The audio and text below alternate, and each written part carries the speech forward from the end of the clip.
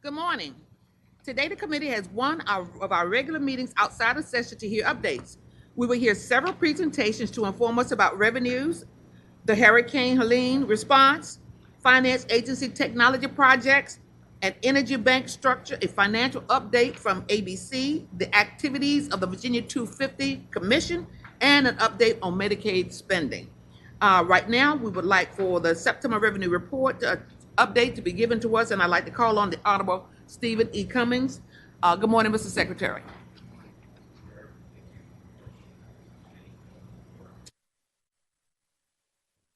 Another positive month for Virginia, revenues and in the economy. We continue to chug along. Intense focus on the Fed. Economic data is okay to good. Number of risks continues to be high. Can you hear me? Okay, good. So with that prelude, year-to-date general fund revenues are ahead year over year by 9.9%, or $656.4 million, driven largely by the year-over-year increase in net individual income taxes. You can see that's $661.9 million, meaning all other revenue sources basically pretty much net each other out. September was incredibly strong, as this third bullet says, reminding you that that's our first significant revenue month. It's when all estimated payments, first round of estimated payments come in, and it was very significant. Non-withholding was very significant. 80% of the monthly increase was in that one account. Year-to-date revenues exceeded the forecast in Chapter 2 forecast by 9%, or $601.4 million year-to-date, and 14.1% for the month of September. Remember, this is still that forecast that anticipated the mild recession that began and would have begun at the end of fiscal 24. Non-withholding collections for the month increased 35.6%, $277 million year over year. You can see relative to the full month, that's predominantly it's by far and away the majority of those revenues. Compared to year-to-date forecast, it was $486 million ahead. Just to hit a couple of the main categories below that, payroll withholding taxes for the month increased 4.2%.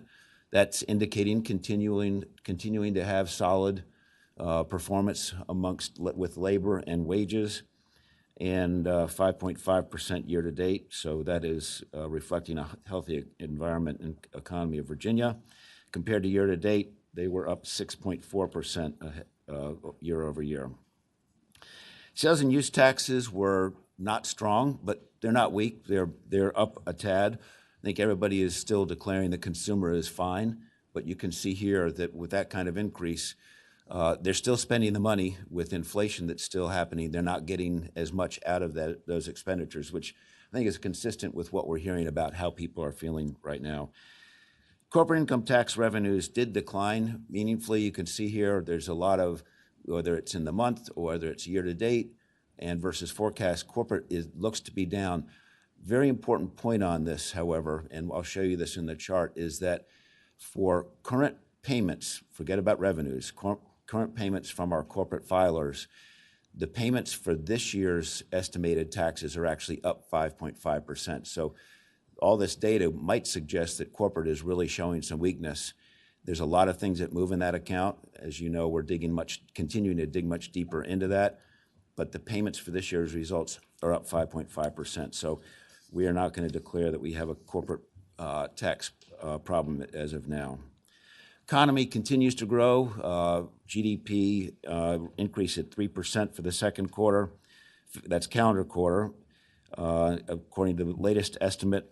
And first quarter real GDP increased 1.6%. Latest surprise was employment. As you all know, 254,000 from the establishment survey in September. That was a big surprise over what was expected, much higher than the average of 203,000 per month over the prior 12 months. In August, which is the latest month we have Virginia, We have some data that is inconsistent with this, where we've actually had some decreases in employment. We're going to be talking about this more in more detail. Virginia employment went down by 5,800. U.S. unemployment rate was changed a little. It's at 4.1%, and Virginia continues to be well below that at 2.8%, although it did tick up by a tenth of a point.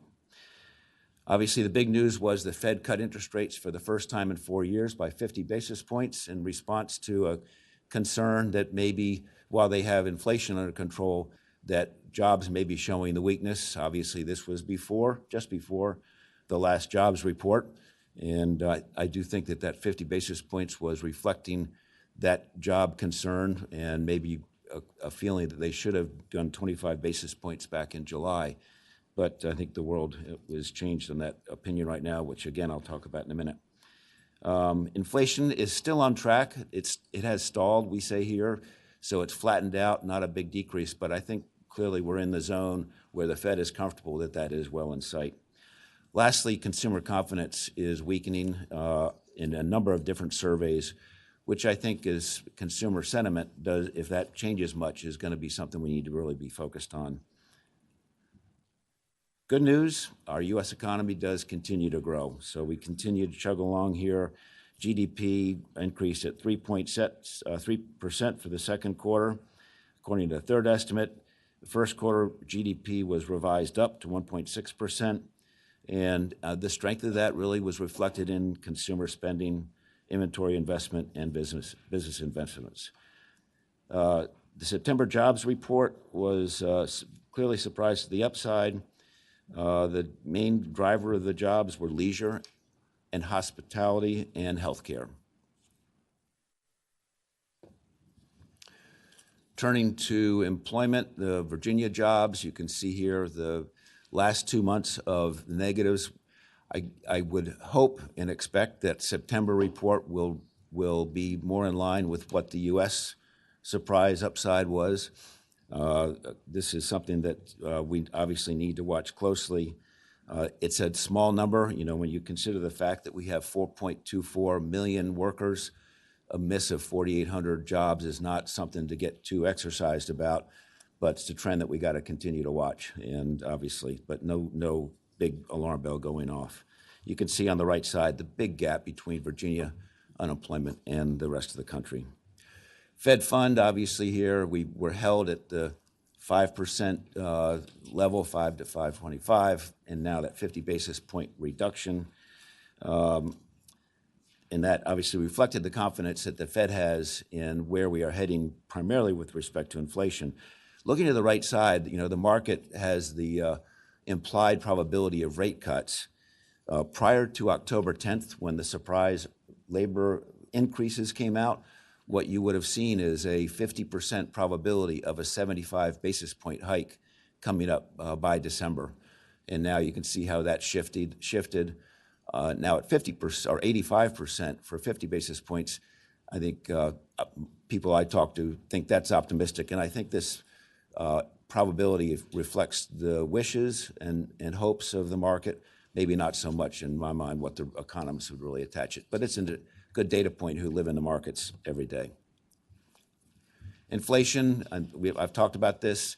It's flattened out here, but most importantly is the primary metric that the Fed watches is the blue line, which is the core PCE year-over-year change. And you can see that is now down at 2.7%. So we're in striking distance of the 2% target that the Fed talks about all the time. And it has stabilized. We haven't seen things really move dramatically.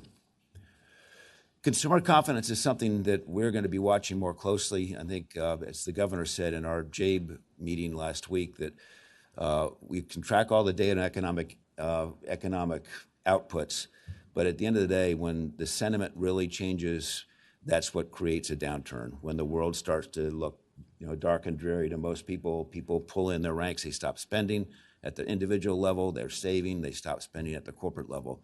You can see all three of these surveys have taken a turn to the negative. Not huge, but I think that that's something that we should be we need to be watching, and I think that the upcoming few months is going to be really important to that. Turning to the numbers, and I'm going to try to just focus on a few key numbers here, which are in the red boxes. If you look at the bottom line, this is year over year, September and fiscal year to date. Going to year over year, at the bottom, we're up $353 million, or 12.4%.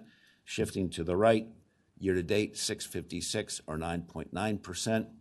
If you then go up to where this is all coming from, shift your eyes up to net individual income.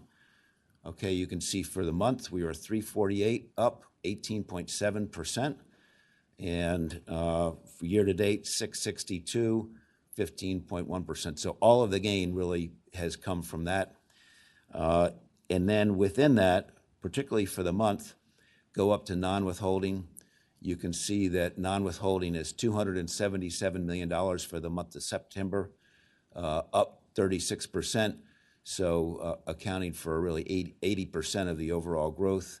And then on the year-to-date, $350 million. This again goes back to the non-withholding account, which we have had purposely managed as a very conservative assumption not to adjust for that. And it came in very strong in September. If you go down to corporate, again, I've mentioned this, it's up $42 million for the month year over year, or down 42 million, 10.3%. Year to date, down 109, down 21%. Not to say that we shouldn't be worried about the overall number, but we also think about what's that saying about the economy. And the reality is, for the month, the payers who are paying for taxes due this year, estimated payments, they're up 5.5%. Sales and use taxes, again, that's the other key revenue driver. You can see up marginally year over year, 0.2 million, or 200,000, sorry. Up 0.1%, year to date, up 1.5%, 17.6 million. Versus the official forecast, again, over and over again, this is the Chapter 2 from December of last year that you can see, again, down at the bottom, the same numbers, we're up 396 for total revenues, up 14%. And year to date, we're up $600 million, up 9%. So that's our money in the bank from excess over the revenue forecast used in the current budget. And it's the same story above. You can see it's net individual income tax on the September 419.5, 23%, and driven almost entirely by non-withholding. To the right-hand side, year to date, a little more balanced, but 632 is the individual income, and then other things net that down to the 601 year to date excess over our forecast.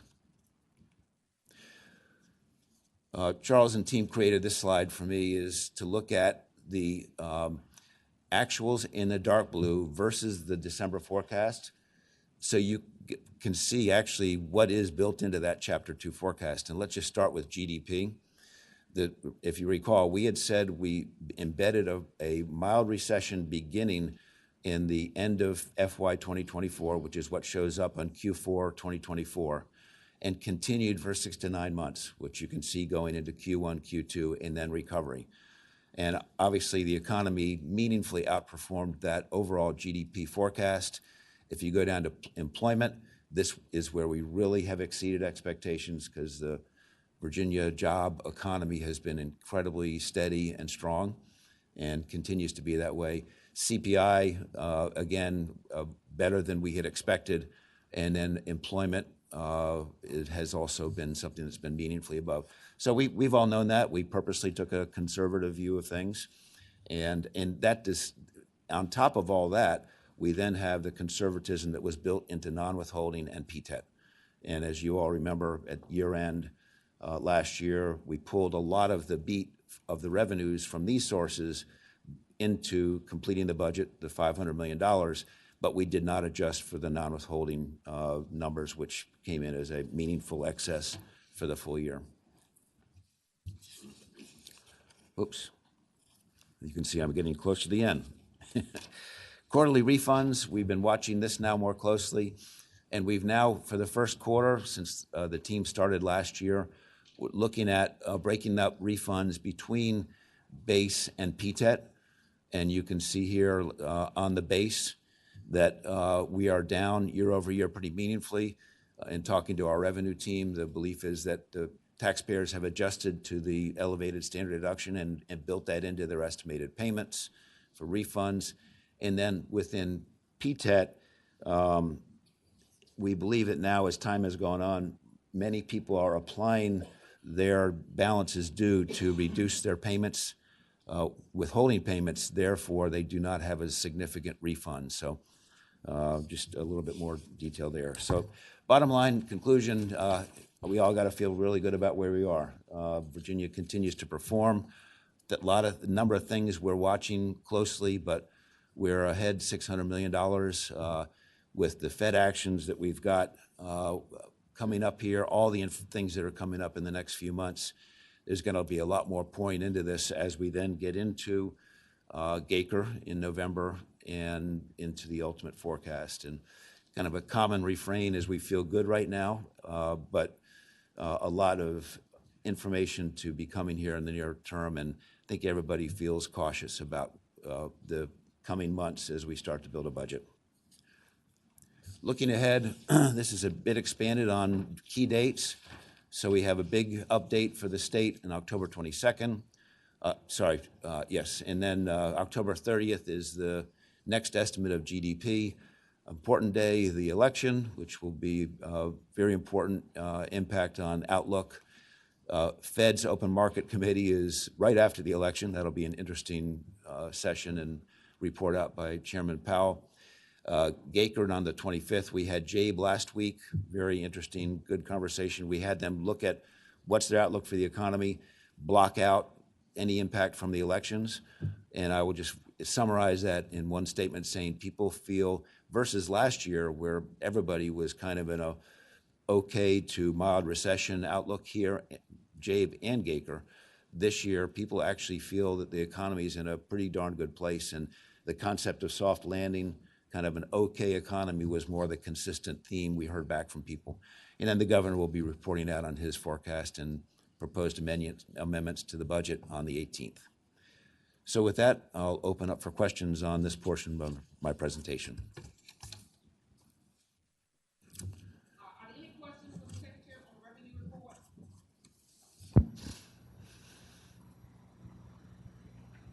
There being none, then Secretary Cummings, can you begin the report on other updates? Madam Chair, we got questions down here. I'm sorry, I didn't see anybody in queue. You want to go? I have one question. I'm sorry, All Madam Chair. right, I'll recognize your hand. Senator Searle.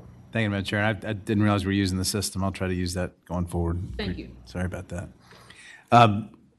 Good morning, Secretary Cummings.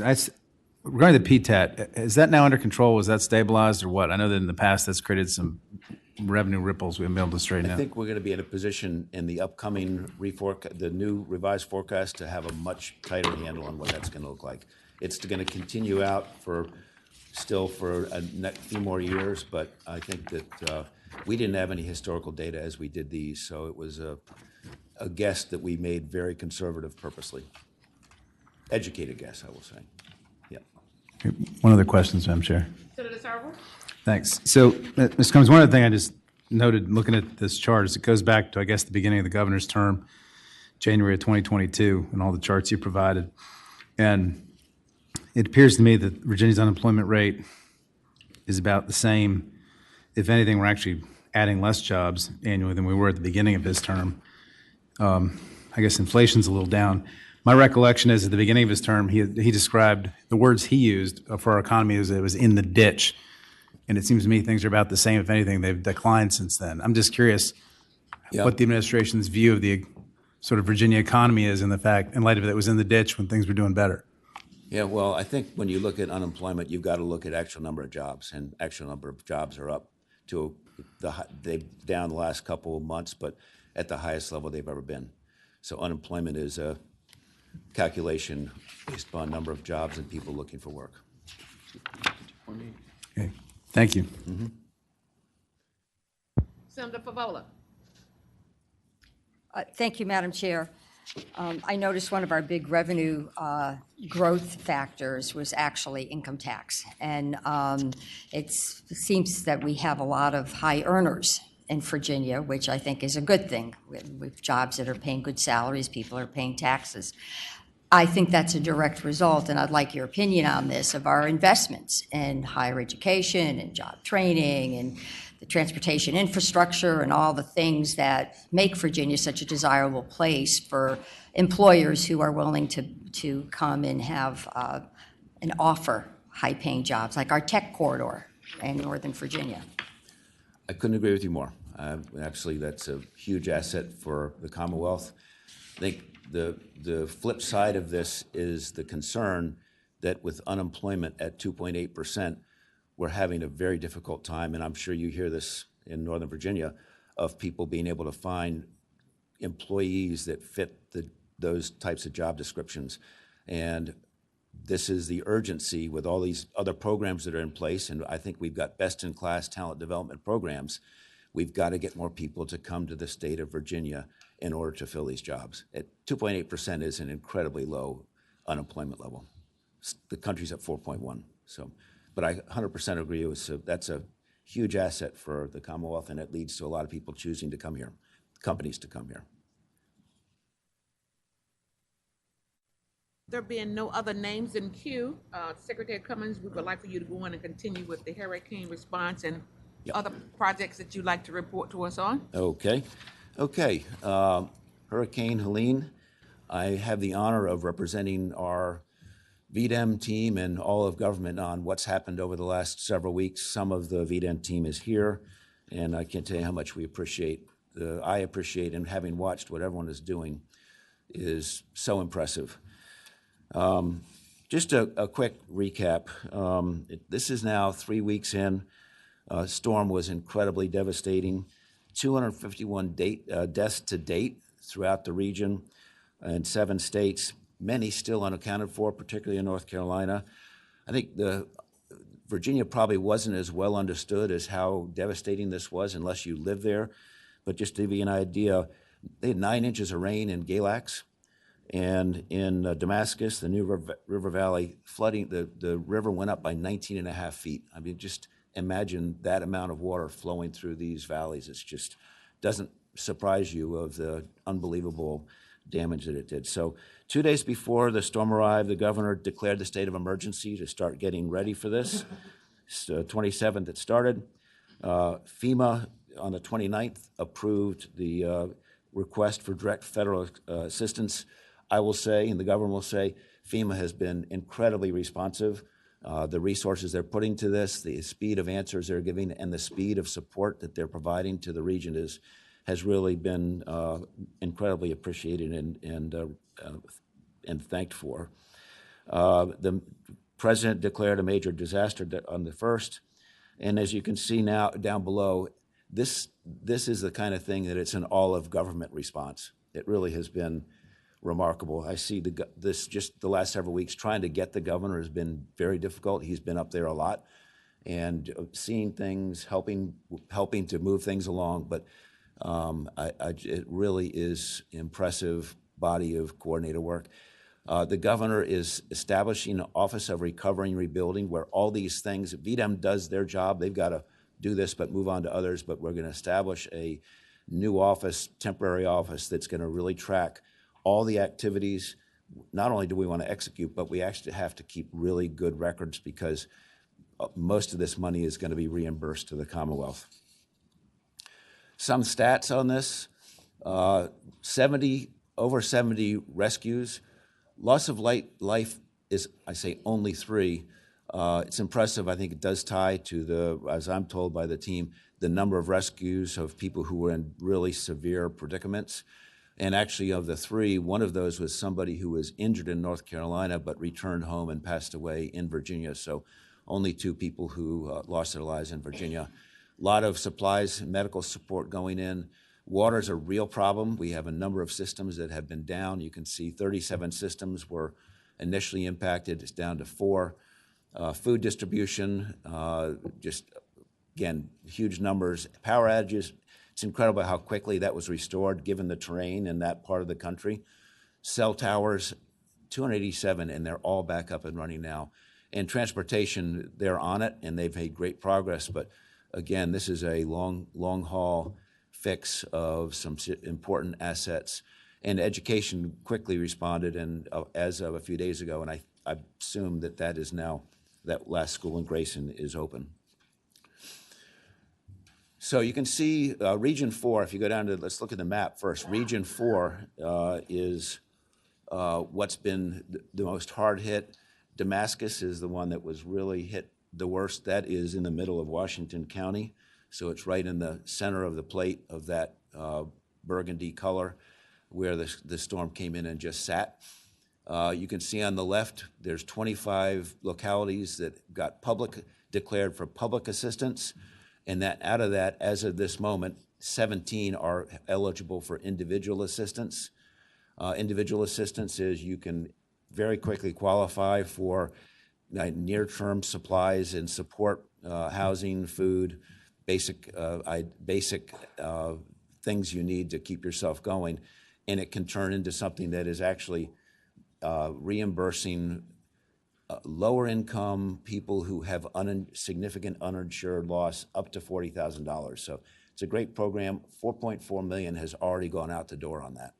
So it gives you an idea of how quickly that can get set up and kind of maybe counter to what people think of the speed of government. This stuff really does go quickly. Public assistance has a near-term element around debris removal in particular and the initial emergency response.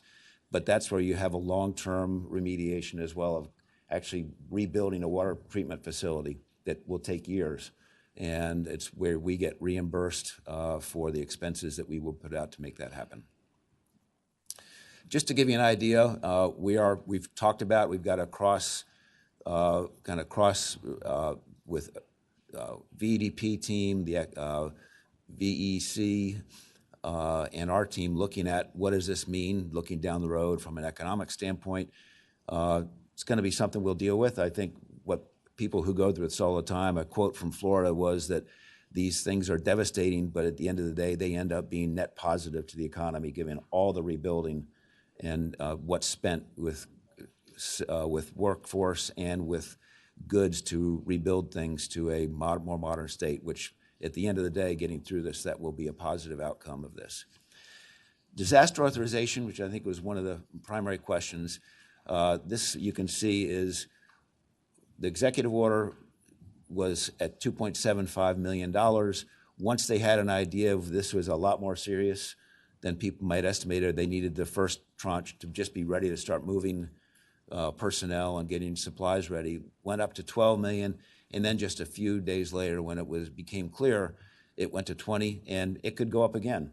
I think that's the message, is it's way too early to tell what it is, what's going to be needed until we really damage the different levels of kind of living costs and the teams that are in the region versus the actual spending on capital things that are restoring facilities. On the right side, where you look at so you can see here on the left side is kind of by area, where you get the cost of the Virginia Emergency Operations Center at the top, which is the biggest number. Other state agencies, DMA, that's basically from military affairs, National Guard, special teams, and then EMAC is where we actually ship resources to help other states. That's a common thing, and actually it's going on with Florida right now, where we're helping them, and they've helped us in the past. Up on the right is by type of expense, and you can see the two biggest accounts out of 20 million, they account for almost 14 million.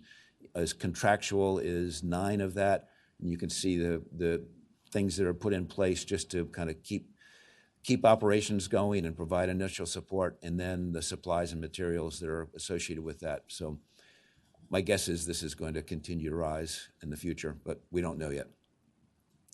Here's context of, if you look in the past, it stunned me when I saw this, how long these remain open. You've got going all the way back to 2011, then in 16, the winter storm Jonas, And they keep these open because some of the long-term projects actually continue to stay in place where we could get funding.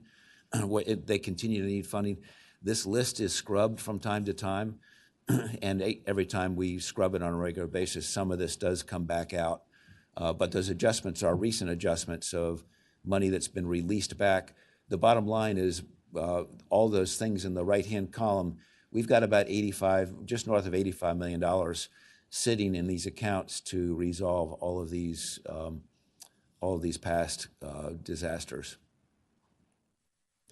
That's it. I will pause and take questions before I move into the next chapter.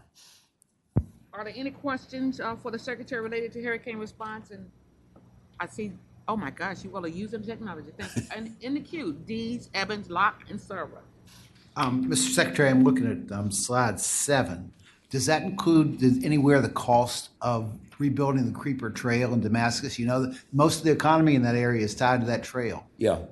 This would not. That's the kind of thing that is in discussion about what would be covered by FEMA on things like that. That's things like become a little bit of a gray zone, but that's not been evaluated yet. Madam Chair, Senator Dees. do we have any idea of the cost of that? Not as of this time. Okay. Still being evaluated. Senator Evans. But by the way, I'm sorry, sorry. Madam Chair, that topic has been discussed a lot because of the dependency on the economy in that region for that, for sure. Thank you, Madam Chair. Mr. Secretary, on the water issue of boil water, it says 37 systems. Can you give me an idea, when you say 37 systems, are those like countywide or town systems? How big is that? Those would be, as I understand it, those would be systems within the impacted region, and it could be water distribution. Actually, it's a number of plants that were significantly damaged as well. So water processing plants? Mm-hmm. Okay. And if I could follow up, also, I was just curious, how much do we have in discretionary funds that the governor can authorize at the state level, or is this all from FEMA? Well, this some sufficient money, the $20 million, the power exists to issue money commit money out of the general fund to respond to these, and then it's either refunded by FEMA repayments or managed through general fund down the road. Typically, it's an overfunded status, and even if you look at the history, and I would expect money will come back over time as FEMA does reimbursements. Because on the big projects, that's a reimbursable payment model, and so we have to spend the money in order to get it back to some percentage, for sure. Thank you, Senator Evans. Thank you also, Secretary. Senator Locke. Thank you, Madam Chair, and thank you, Mr. Secretary, for the presentation. I have a question with regard to the creation of the Department of Recovery and Rebuilding. And why was it necessary to create this new level of bureaucracy when you have the Department of Emergency Management? And what is this new department going to do that's different from what the Department of Emergency Management is going to do? I appreciate Senator Locke. It's not a department. It's going to be one, maybe two people. And that's now being discussed. The feeling was that VDEM certainly plays a critical role, but this is an all-of-government response, and we want to make sure we are tracking to make sure people are coordinated, that they actually get things done, and that there's really good record keeping to make sure we track what's actually being spent and then what's reimbursable from the federal government. It is not a bureaucratic, it's kind of a project office to make sure that they can cover. VDEM's got to move on to the next challenge, which come up regularly, and this is something that we want to make sure we just execute well. Follow up, Madam Chair. Senator Locke. Mr. Secretary, how much is this office going to need in terms of resources, and what's the source of the funding? I don't see any incremental funding for this. Could be a person who's shared resources with other things. It really is a consolidated reporting mechanism and making sure that we are keeping track of getting things done, as I said. No incremental funding. Thank you, Senator Locke. Interesting question. Senator Serval, and then Senator McPike. Thank you, Madam Chairman. Secretary Cummings, first of all, I appreciate the governor's response on this. I think he's been down there and engaged in a lot of sincere efforts to try to help the area, and I think that's good. My first question, I have several. My first question is, it appears to me that these types of flooding events are happening a lot more frequently in our state all over the state, but also in the mountains. And I'm just curious whether the administration agrees that the severity of this event related in part, at least, to climate change. That is, did climate change, in fact, exacerbate the damage which we're now having to pay for as taxpayers in this event? We have not discussed that. It's not been a topic for our conversation. Okay, Madam Chairman, I have another question. Thanks. Well, I'm just curious why the administration is, I would think as part of their trying to figure out how to deal with this going forward, that they would look at climate change as a serious risk to the Commonwealth and the additional damage it's causing all of the Commonwealth. And I know as part of that, we adopted the Regional Greenhouse Gas Initiative. We required the state to join it to raise money to help deal with these specific kinds of events. And when I checked with the various people about how much money we've raised, I think we've netted something like $827 million out of those auctions. About half of that, so about $410 million, was supposed to go to flood mitigation projects. The data I got from DCR a couple weeks ago said that only $151 million of that, which should have been about $400 million, has been deployed. Some of it went to Southwest in anticipation of things like this. There was flood mitigation and stuff. I'm just curious, what happened to the remaining $200 to $300 million of RGGI flood mitigation money that should have been spent by this administration that hasn't been spent yet? I can't answer that, but I'd be happy to follow up with you. Okay, further question, Madam Chair? I'm just curious whether or not the administration plans to use any of the leftover RGGI money to deal with this. Do you have any idea where the administration intends to find money to pay for these problems? I think we all know that he doesn't have the power to do that, that can only be appropriated through General Assembly. I will also add that we have, in this administration, under the governor's leadership, added significant funding to resiliency and flood mitigation. Last question, Madam Chair. Thank you, Madam Chair. Still has to ask your permission. Well, my last question would be just in light of the fact that this is a very significant effort that's going to be required, and we're probably going to see more and more like it going forward, whether or not you're aware whether or not the administration plans to reconsider its position that we ought not to be members of RGGI and maybe perhaps drop its position in litigation. We could actually rejoin RGGI so we'd have access to some of this money and we could start actually helping this area with additional funds. Do you have any idea whether the administration plans to change their position? I'm not aware of that. I know the governor feels strongly that the RGGI payments are of nothing more than an additional tax as they're passed through to the ratepayers, and it's actually a very regressive tax as opposed to taking monies out of the general fund to address these needs directly, and we have plenty of money to do that. There's $200 million sitting in those accounts right now. Yeah, we'll have to continue to disagree with his position and the legality of his actions, but thank you for answering the questions. Following Senator McPike will be Senator McDougal. Thank you, Madam Chair. Secretary Cummings, appreciate the presentation today and appreciate the response across the Commonwealth. One thing I didn't see was the impact of the shortage of IV supply, saline solution. Yeah, the Baxter plant taken out in North Carolina, I think, produced almost half of the United States supply, and so the impacts are coming. Yep. I didn't see anything in the slides in that regard. I have not heard anything. I think that's probably more of a healthcare issue and how that's being addressed. I know that they are deferring discretionary surgeries for that purpose. That's not been included, but we could follow up on that and see if there's anything that's being considered as part of this recovery. Senator McDougal. Thank you, Madam Chairman. Mr. Secretary, I just want to follow up, make sure I heard you correctly on one of your answers. Is your belief that RGGI was actually a tax on energy bills, and regardless of your socioeconomic status, that you would have to pay that tax monthly if you decide you want to have power, run your refrigerator, or heat in your house? That's correct. Okay. Madam Chairman.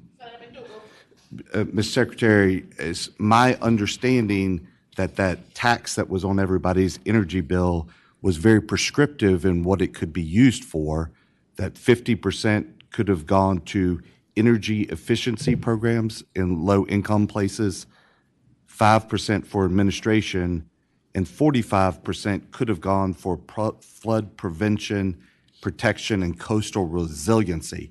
Is any of those items included on what would be storm cleanup or items that could help people that have been impacted by a storm?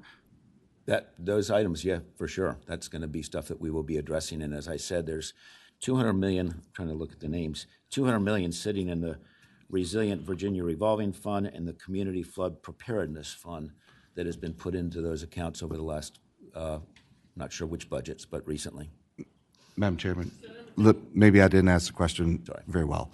The question is, those things are preparedness in advance, not for response.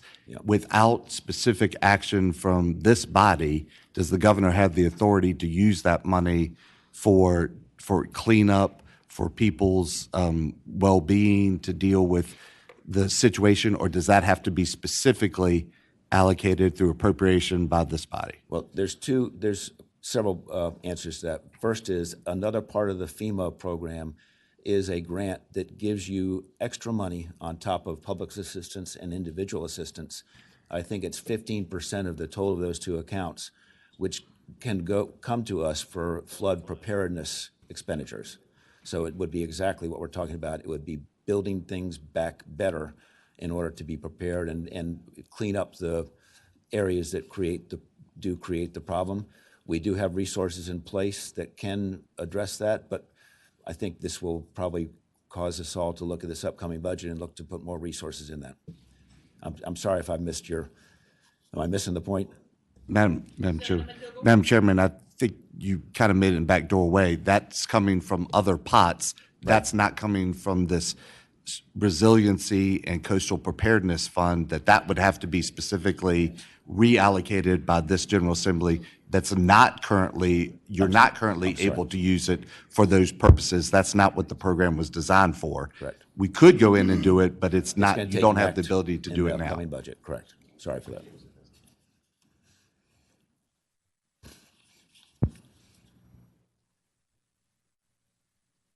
Please continue. Okay. I was looking to see if there were any other questions.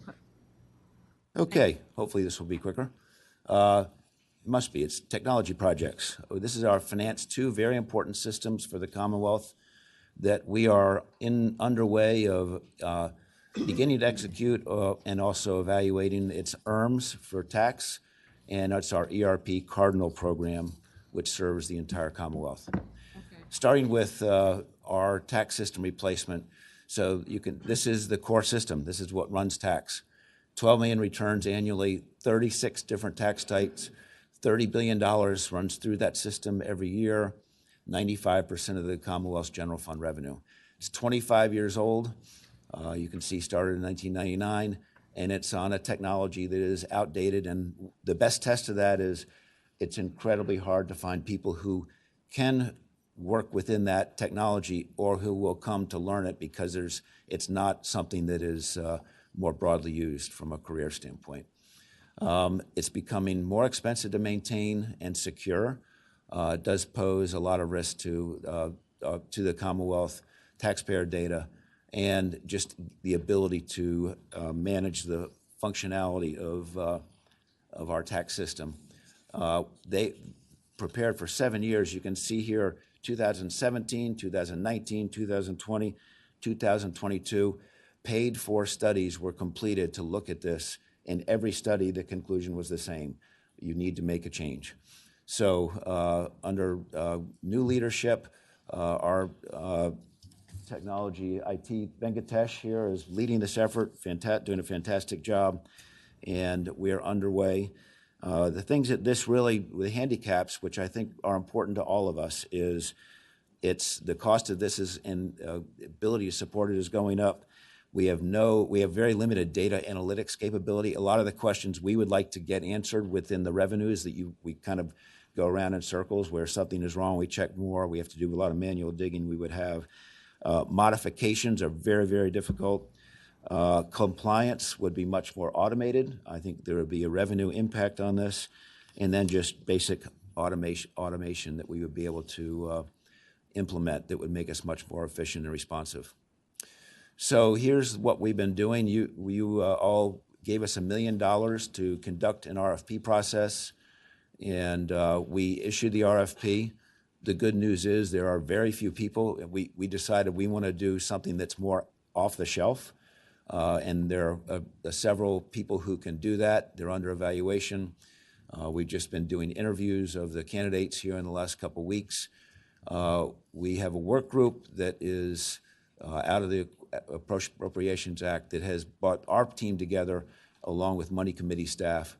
And the timeline of once we get this going and implemented for about $24 million a year for 4 years, that you take this in chapters. So if we can get the funding in this upcoming budget for 25, we can then first implement sales and use tax and then withholding tax, more of corporate side of things on withholding, then corporate and business taxes, then the individual taxes, and then all the other miscellaneous things. So kind of a chapter of the book each year.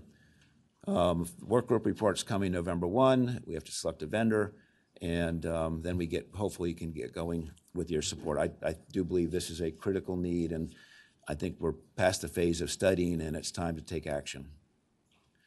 I'll maybe just pause for questions on that one. I see Senator McPike is in queue, so Senator McPike. Thank you, Madam Chair. Thank you, Secretary, for the update on this.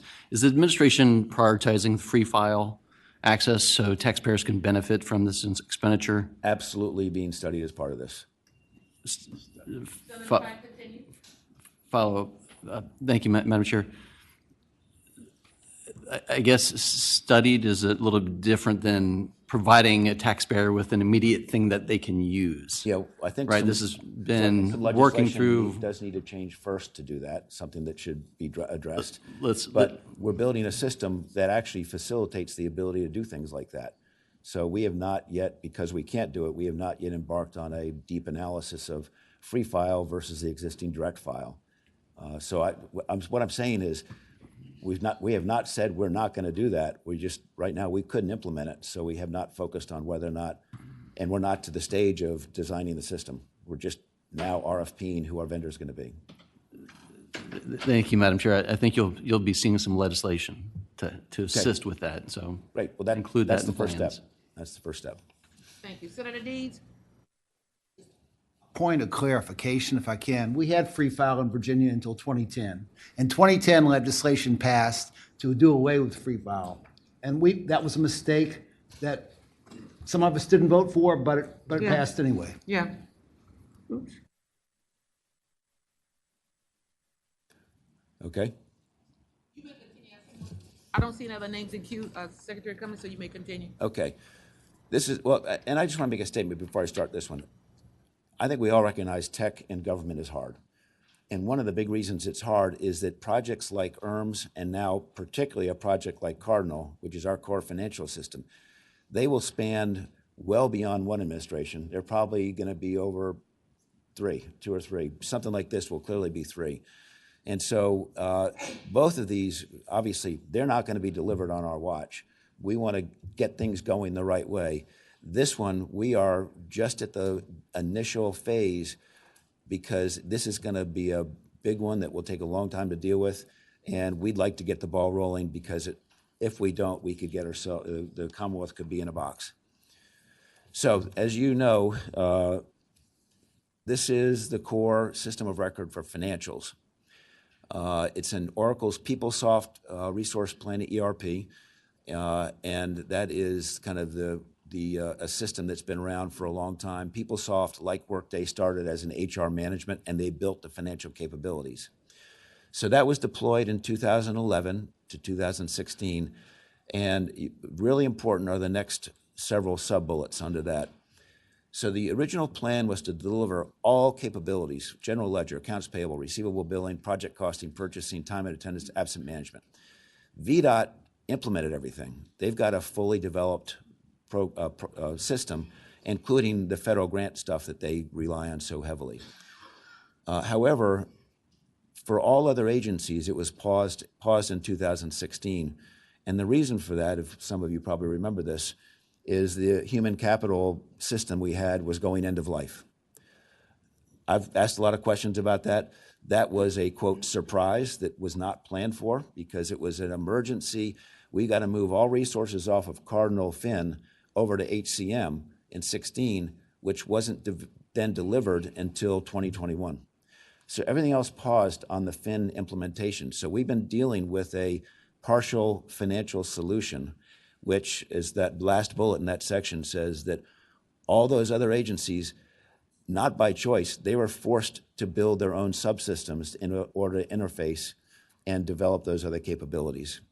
So as a result, we have a kind of bucket of wires, in my view, of the financial reporting system, which is expensive, it's risky, and it just requires a lot of manual work on the part of DOA. DOA does a phenomenal job. You've never heard of them missing an audit, being late with reports, but I cannot tell you how much time it takes for them to do the work to get that right. HCM, which some of you are, I guess you're not on this, are you? But was delivered in 21-22, does a fine job. And as you can see here, it's a very complex user base, agencies and localities that tie into the system in its current state. So current scope, 200 plus agencies running general ledger, VDOT full implementation, but we don't have the other functionality. Because of when you do a new implementation, which the shutdown to get HCM implemented, it caused Cardinal to go 20 versions behind. They release new capabilities regularly, and because we couldn't touch the system while we were implementing a new functionality, we are now 20 behind. Those are time-killing and expensive to do. Important as part of that, though, the security patches we are keeping in current. And unfortunately, because of the limited capabilities, we have a challenge in getting good business intelligence out of the system. This is a system, the PeopleSoft system, that they're saying this will still be a good system for 10 years. They're guaranteeing they will let us know when it becomes less than 10 years. So people can say there's time here, but this is going to be a 5 to 8 year process to get this thing analyzed, evaluated, and start to implement. So we think the planning should be launched here to just get a better, accurate assessment, more accurate assessment of where we stand. So what we're going to do here, DOA has the authority, this is on the next slide, they have the authority to use up to $12 million in working capital, which has been granted a couple budgets ago, to look at advancing the Cardinal system. We're designing a system which is kind of a milestones. Phase 1, which is the initial assessment. You can see it's contacting agencies, doing a fit gap analysis, identifying what is it that we do now, what is it you need, what's not on our system, are the things that we could decommission as part of that. So our team has launched that questionnaire. It's going to spend $3 million of that, $12 million, and then we're going to stop. We're going to pause, and we're going to say, okay, what has that told us? And it could be a no-go. We're fine with where we are. Let's wait later. It could be including it could be pause, and then it could be let's keep working on this. We're encouraged that we think we've had a good view of what could be done, a sense for costs, and we should continue to move forward. The second step of that would be then getting a strategy and moving towards the cloud-based solution that would be the modernization process to get us to something that's much more functional and much more easy for us to work with. Then in 2025, spring of 2025, be able to come back and report out on what we think is the right solution for discussion with this group.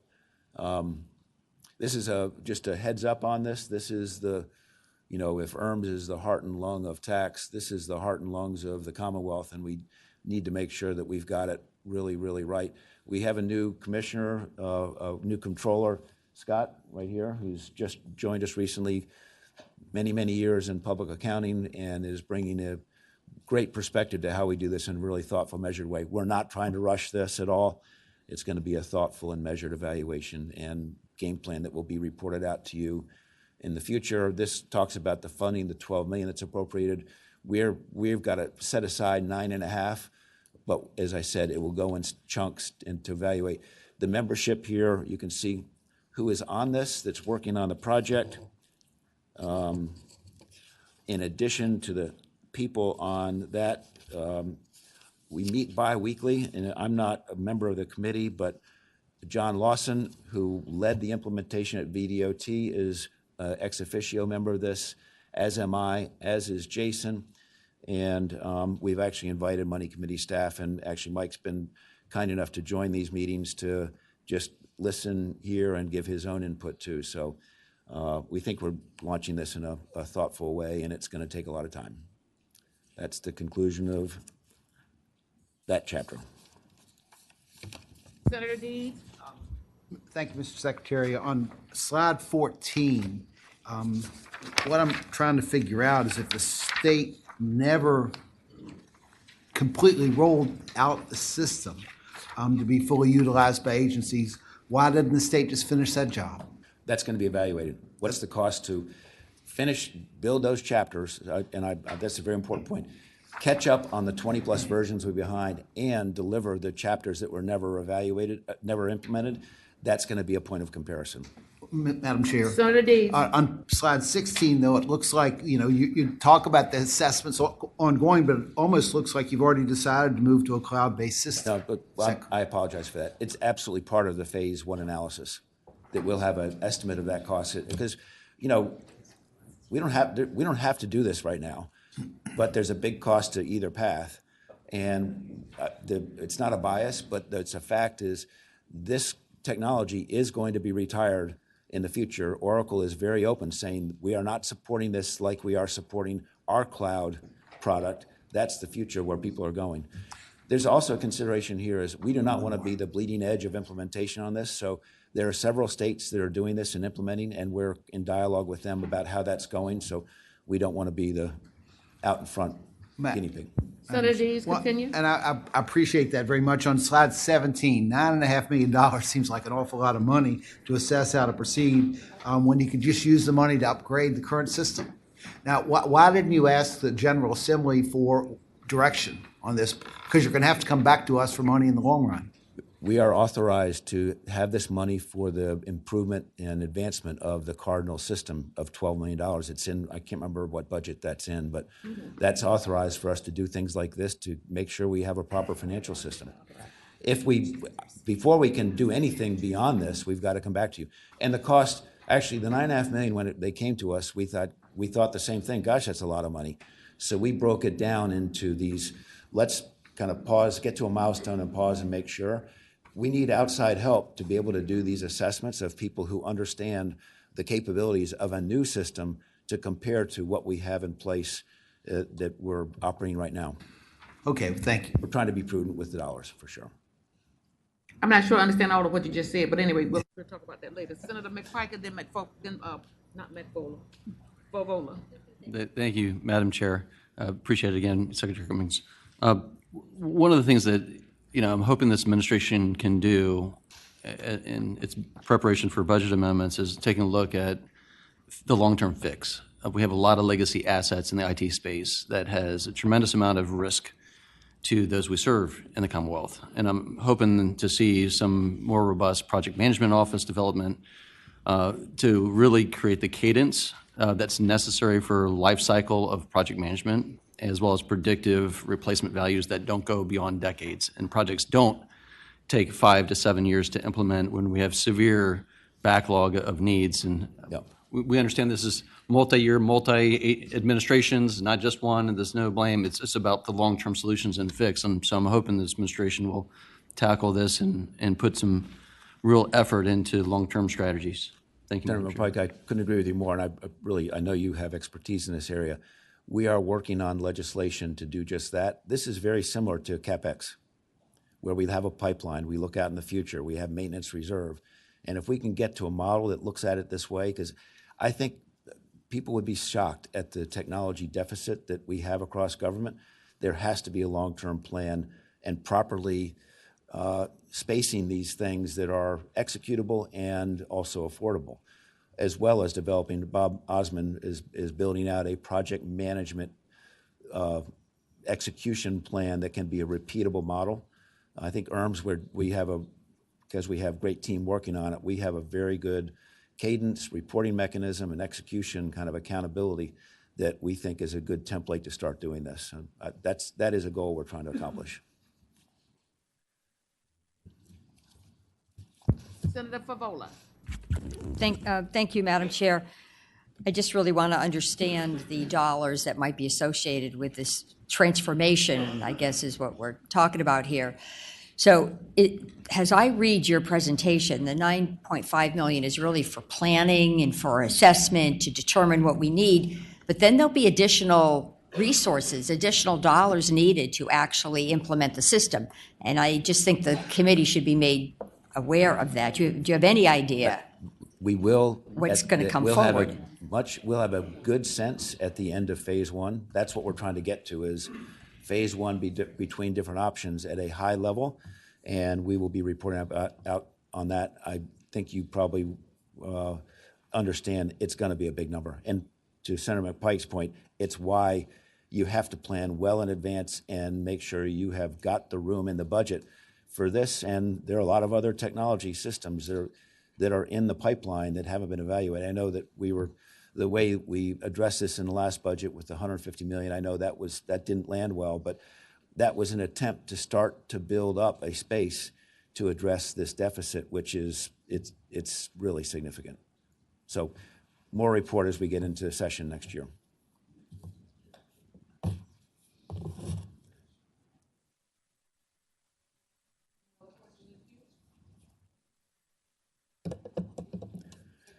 Thank you. Thank you so much. Now we have the Energy Bank Structure, Financing, and Outlook, and it's the Honorable Glenn Davis, the Director of the Virginia Department of Energy. And you may get started. Thank you, Madam Chair. I appreciate the invitation to join you today. I thought I would start with an overview of this great news that we've launched the Virginia Clean Energy Bank, share with you how we got here, and then we're looking at going forward. The Virginia Clean Energy Bank developed its mission recently, and its mission is to accelerate the deployment of clean power generation and energy infrastructure across the Commonwealth. Specifically, we're housed in the Virginia Energy State Office, which helps us to enjoy a lot of economies of scale and save the taxpayers money. We continue to support the goals outlined in Virginia's All-American, All-the-Above Energy Plan to ensure an affordable, reliable, and increasingly clean power grid, creating well-paying jobs for citizens across the Commonwealth. The reason why we need a Clean Energy Innovation Bank has to do with some competitiveness issues. First, there's insufficient private capital right now coming to the Commonwealth of Virginia, and in part because some of these projects are still a little bit too risky, and lack of capital has been disincentivizing new companies from coming to Virginia. In some cases, we've seen them look at other states. At the same time, there is significant new federal funding available, and the governor's tasked us with competing to win and bringing home more than our fair share, and that's what this continues to do.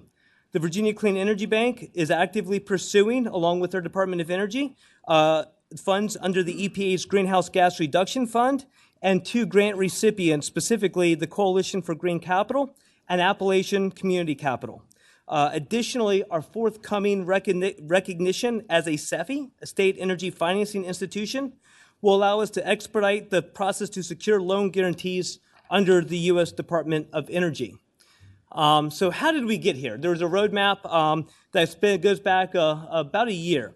So in September 2023, with the support of the governor, Virginia Energy began investigating the creation of a Virginia Clean Energy Innovation Bank. From September to December, we held numerous conversations with the U.S. DOE Loan Program Office, the EPA, and other entities regarding the funding, policies, and structure of such a bank. In January 2024, after SB 729 and HB 968 were filed, Virginia Energy approached the bill patrons to work with them in a bipartisan manner on the creation of this bank. From February to March of 24, we saw HB 968 get killed in House Appropriations Subcommittee, and continuously we worked with the patron of Senate Bill 729, Senator Serville, which ultimately passed the House and Senate in February of 24. In April of 24, we worked continuously to get that last-minute language right for such a bipartisan bill, because the language that we were sitting on that came out of the House and Senate had significant conflicts between the bank and the Department of Energy itself, and ultimately the bill was vetoed by Governor Youngkin. In May of 2024, with support of the governor's office, Virginia Energy picked up where we left off in January and moved forward to create the Innovation Bank. The General Assembly provided $10 million to establish the Virginia Clean Energy Innovation Bank to finance climate initiatives. And in September 2024, Virginia Energy took the initiative to launch the Virginia Clean Energy Innovation Bank as a program under Virginia Energy's State Energy Office.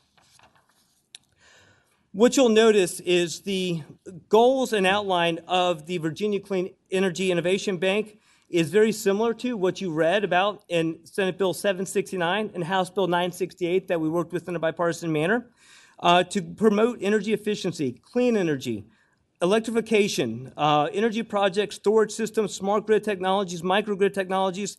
These are all the things that we are continuing to push in this Clean Energy Innovation Bank. The types of activities are also very similar.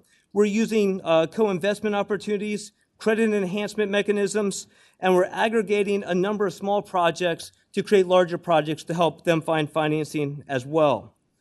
And then we also have similar funding sources. As you noticed that those bills recognize the Greenhouse Gas Reduction Fund as an opportunity for financing, also the U.S. Department of Loan Office, and those are just two of the areas that the Virginia Clean Innovation Bank, Energy Bank, is going after for funding, as well as a couple of others. Initial areas of focus for the Virginia Clean Energy Innovation Bank, advanced nuclear, no surprise to anyone, that's a big push to make sure that we are able to continue meeting our energy demands for decades to come. Hydrogen and solar plus storage opportunities. Also, energy infrastructure opportunities, transmission and distribution projects, microgrids, battery storage, and building more energy efficiency. And this is just an initial area of focus. It is by no means all-encompassing and by no means limiting any other opportunities that may come in front of the bank. So our role and approach to different sectors will vary across areas of focus and market constraints. First is our role as a project funder, and this is where we would literally come in independently or in conjunction with other capital providers to provide a loan, a grant, or other credit enhancements. Additionally, we can be a capital connector, facilitating connections between projects in need of financing and potential capital sources, and work with other areas like SBSD. And lastly, in areas that truly have not been built out yet, we operate as a market developer, so fostering the market and development of certain areas of technology in the energy space. So why inside the Virginia Energy Office? Being established inside the Energy Office gives us significant economies of scale. First is our technical expertise. Virginia Energy, for a long time, has had significant technical expertise in clean energy and in energy infrastructure, including solar and battery storage. Our relationships have a long history with our members of Virginia Energy and have rich relationships with companies and other state agencies to work on co-development and co-financing opportunities. Our existing programs, you may have heard recently, well, not recently, a few months ago, Virginia Energy received $156 million in our Solar for All grant award. And that's just one of a number of grants that we've gotten. And having this housed when our state energy office allows us to stack grants and award opportunities from the federal government with those opportunities by the bank to create more opportunities for programs and opportunities that come in front of us. And then finally is our track record. Virginia Energy has a longstanding track record of a public entity managing and deploying funds, and we can quickly access federal opportunities. It's because of this reason that the housing it within the Department of Energy, when we went forward and talked to Finance and Appropriations and put the plan together, although the budget amendment allowed for 20%, up to $2 million of the $10 million to be used for administrative fees in the setup, we're only bringing down $750,000 to do it. The other $1.25 million is actually going to go into funding of projects because we have so many things already built into the Office of Energy. So how do we leverage all the resources and maximize our impact and our efficiency? First is working with other state agencies. We've been talking to the Department of Small Business and Supplier Diversity, VIPSI, the Virginia Economic Development Partnership, and the Tobacco Commission. Those of you on the Tobacco Commission may be aware of some of the loans and grants and other programs that they've put out there related to energy in their territory, and we can actually work with them on some of those projects. Also, looking at federal funding designated from the Department of Energy, U.S. Department of Energy. Our Grid Resilience and Innovation Partnerships, our GRIP program, our Energy Efficiency Revolving Loan programs, we can stack with these opportunities, some clean energy, and of course, solar for all. And how does this actually work? So by looking at other agencies, we can leverage them for expertise in areas that Virginia Energy may not have today. The one big area is vetting deals. So you're looking at VIPC, the Virginia Innovation Partnership Corporation, and the Small Business Supplier and Diversity, they're used to and they have teams that vet opportunities. And we're going to be able to leverage their teams to help vet some of these opportunities and finance sheets when they come to us. Additionally, and almost more importantly, is looking at all these different agencies up here are agencies that can help fund projects that come to us as a bank that we see, and they're also areas that may have received projects that we can also get involved with and help co-fund them. So there's three major avenues for us funding deals. And the first is to reallocate existing funding to the bank. And we've already talked about some of this. This is taking some of the federal funds that we get and having them run through the bank to help stack opportunities for projects that come in front of us. The other option is to pursue subawards to capitalize the bank. This comes back to the Coalition for Green Capital and Appalachian Community Capital and others. And we can also develop transaction partners to finance projects themselves. And this is where we get into working with the U.S. Department of Energy Loan Program Office, other state entities, smaller trusts, other private sector areas, and such. So the big question is, why now? Why is it important for the Virginia Department of Energy to get this bank off quickly? The first answer is that Virginia is eligible for billions of dollars in federal funding under the IRA. And tasked with by the governor, we're in there to win more than our fair share and bring more of Virginia's tax dollars back home to help build our energy grid here in Virginia. And Virginia is already losing opportunities today to other areas that are more competitively positioned to compete for those opportunities because of some of these additional fundings that they're able to assemble. Also, we're seeing massive momentum around data centers and a broader ecosystem. And we can help build the foundational clean energy infrastructure for the commerce for years to come by leveraging some of these financing opportunities. And also, similar banks across 28 states have already deployed over $3 billion and mobilized $28 billion in private capital in 2024 alone. And we're going to make sure Virginia remains competitive. So what does our roadmap look like? So we have the October to December 2024 piece of the equation. We just launched this. It's out there. Our team is working extremely hard. And right now, we're pulling in existing sources of funding under the sub-award process, and we're creating connections with key transaction partners. We're following up on projects already that were in development to formalize opportunities, and we're applying for sub-awards from the Coalition for Green Capital and the Appalachian Community Capital. And I'll just mention here, when you look at why time is of the essence, Appalachian Community Capital, their application comes out on October 28th. And it's probably about a 30-day response period. If we wait till next year, that money no longer is going to be available for us. The Coalition for Green Capital is similar. That application is coming out this year. If we wait till the middle of next year, that funding will no longer be available to us. So that's our October through December roadmap. As we hit the first half of 2025, we'll be securing those awards from some of those partner groups and deepening our relationships. We'll be issuing standing RFPs to source deals that align with our investment policy. And we'll be developing diligence and underwriting disbursement for monies and transactions with our key partners like VIPC and SBSD. And then as we look into the second half of 2025, we'll continue developing and doing more due diligence to underwrite and disperse monies for transaction using our own in-house capacity. We'll be scaling the organizational size of the bank and play a more proactive role in shaping the market.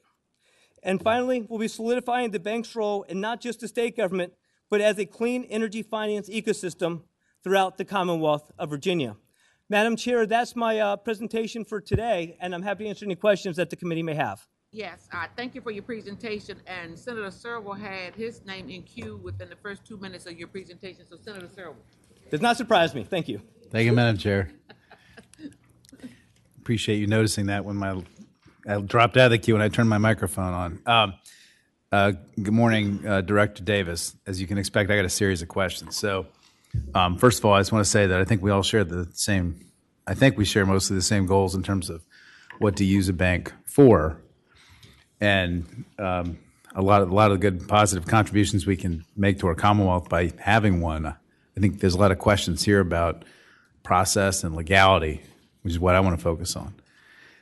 So, on slide 4 of your presentation, I think you mentioned that the General Assembly provided $10 million to fund the legislation that we passed out of the Senate to create a green energy bank. And in the budget item, it clearly reflected that it was intended for the bank as passed in our bill. And it was also in the explanation of the amendment that we all voted on. And so our first question is, why do you think it's appropriate for the governor to divert the $10 million in our budget that we voted for the bank when the governor vetoed the bank? So I would answer that, and I've referenced item 471 in the budget. And the language reads that out of the amounts in this item, $10 million the first year from the general fund shall be provided to establish the Virginia Clean Energy Innovation Bank to finance climate initiatives up to $2 million. These amounts may be used for the administration. So that budget language does not reference a bill. It references that it shall be stood up. We approached the Office of the Attorney General to make sure we were reading it properly. And he opined that we were reading it properly, that the Clean Energy Innovation Bank needed to be stood up. That's what that $10 million was there for. And as the Department of Energy, we did have the legal ability to stand it up and use it with that funding. Madam Chair, further question.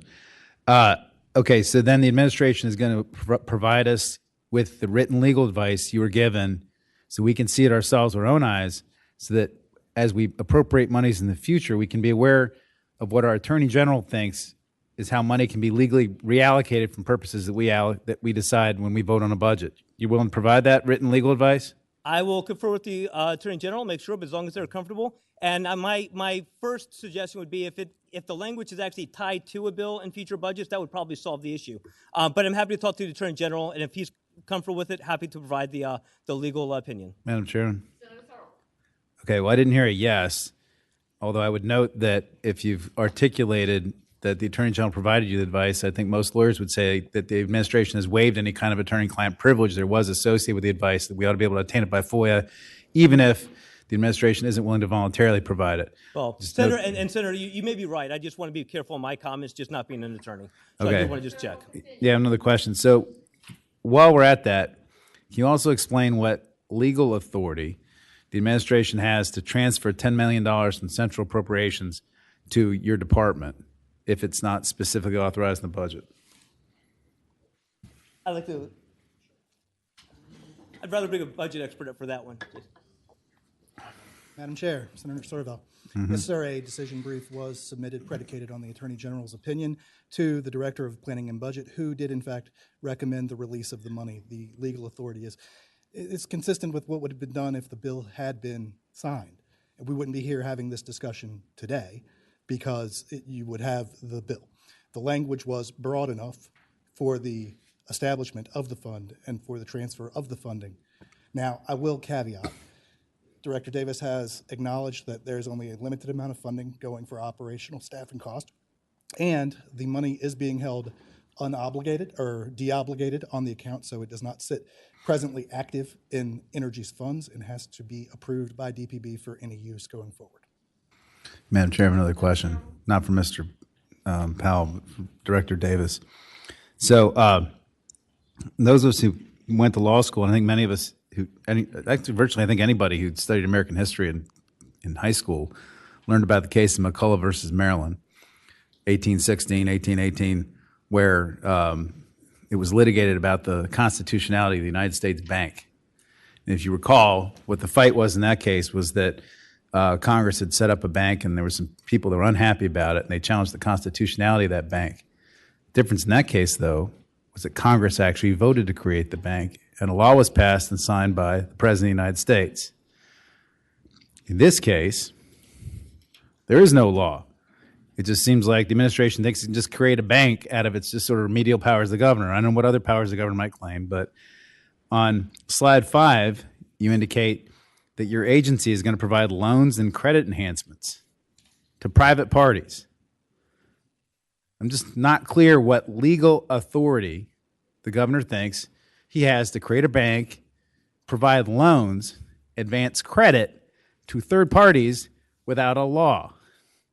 And so, number one, can you identify the legal authority? And number two, can you explain why the governor thinks that's an appropriate risk for taxpayers to take providing loans when the General Assembly has not said, sure, go ahead and lend that money and lend that and create that taxpayer risk? Sure.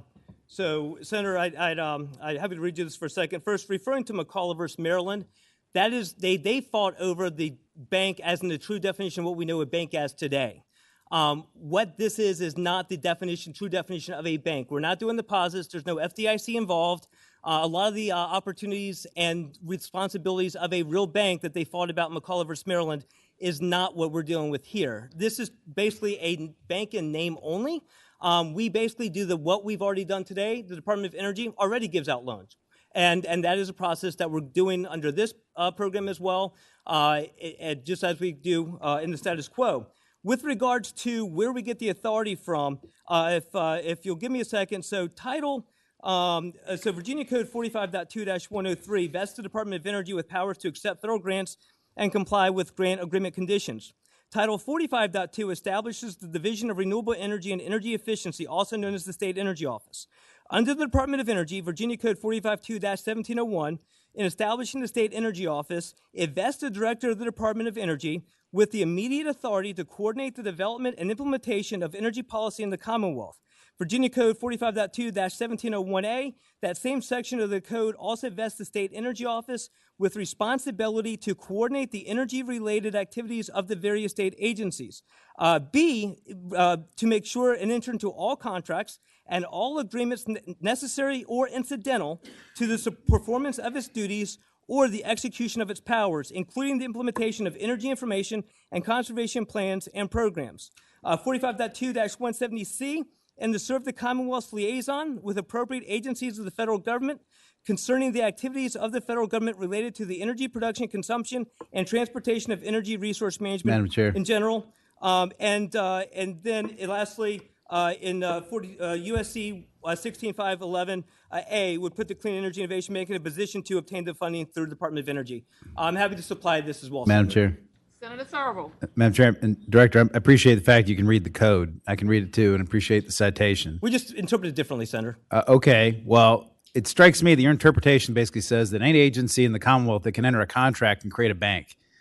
And I would submit that lending money, and under this Department of Energy program, with $10 million, the administration could lend up to $330 million. $330 million that this administration thinks it can make loans to people, not grants, which you cited, loans, to third-party corporations or private entities or local governments. That is an incredible extension of government power this administration is claiming, not just for your agency, but for every agency in the state that can enter a contract, which is the only legal authority you cited to in the statute you just cited. So I would suggest that the administration might want to go back and talk to its lawyers to figure out whether or not it has legal authority to lend money. Secondly, I'm just curious whether or not your department advised the U.S. Department of Energy that, as it intends to participate in this program, whether or not the legality of your bank is disputed by the General Assembly of this state. Have you advised the Department of Energy that, or are you just going to pretend like we don't exist and tell them we'd like to borrow a bunch of money? So, sir, to your first point, the Department of Energy has already been lending money for quite some time, for years. If it is in violation of whatever the legislature believes, it should have brought it up years ago, because we've been doing it for quite some time. To the extent of, now, if you give us the ability to lend money, the amount of money doesn't make a difference. You didn't give us the ability to lend money and put a threshold on it. You gave us the ability to lend federal dollars. And additionally, the $330 million you referenced is not Virginia monies.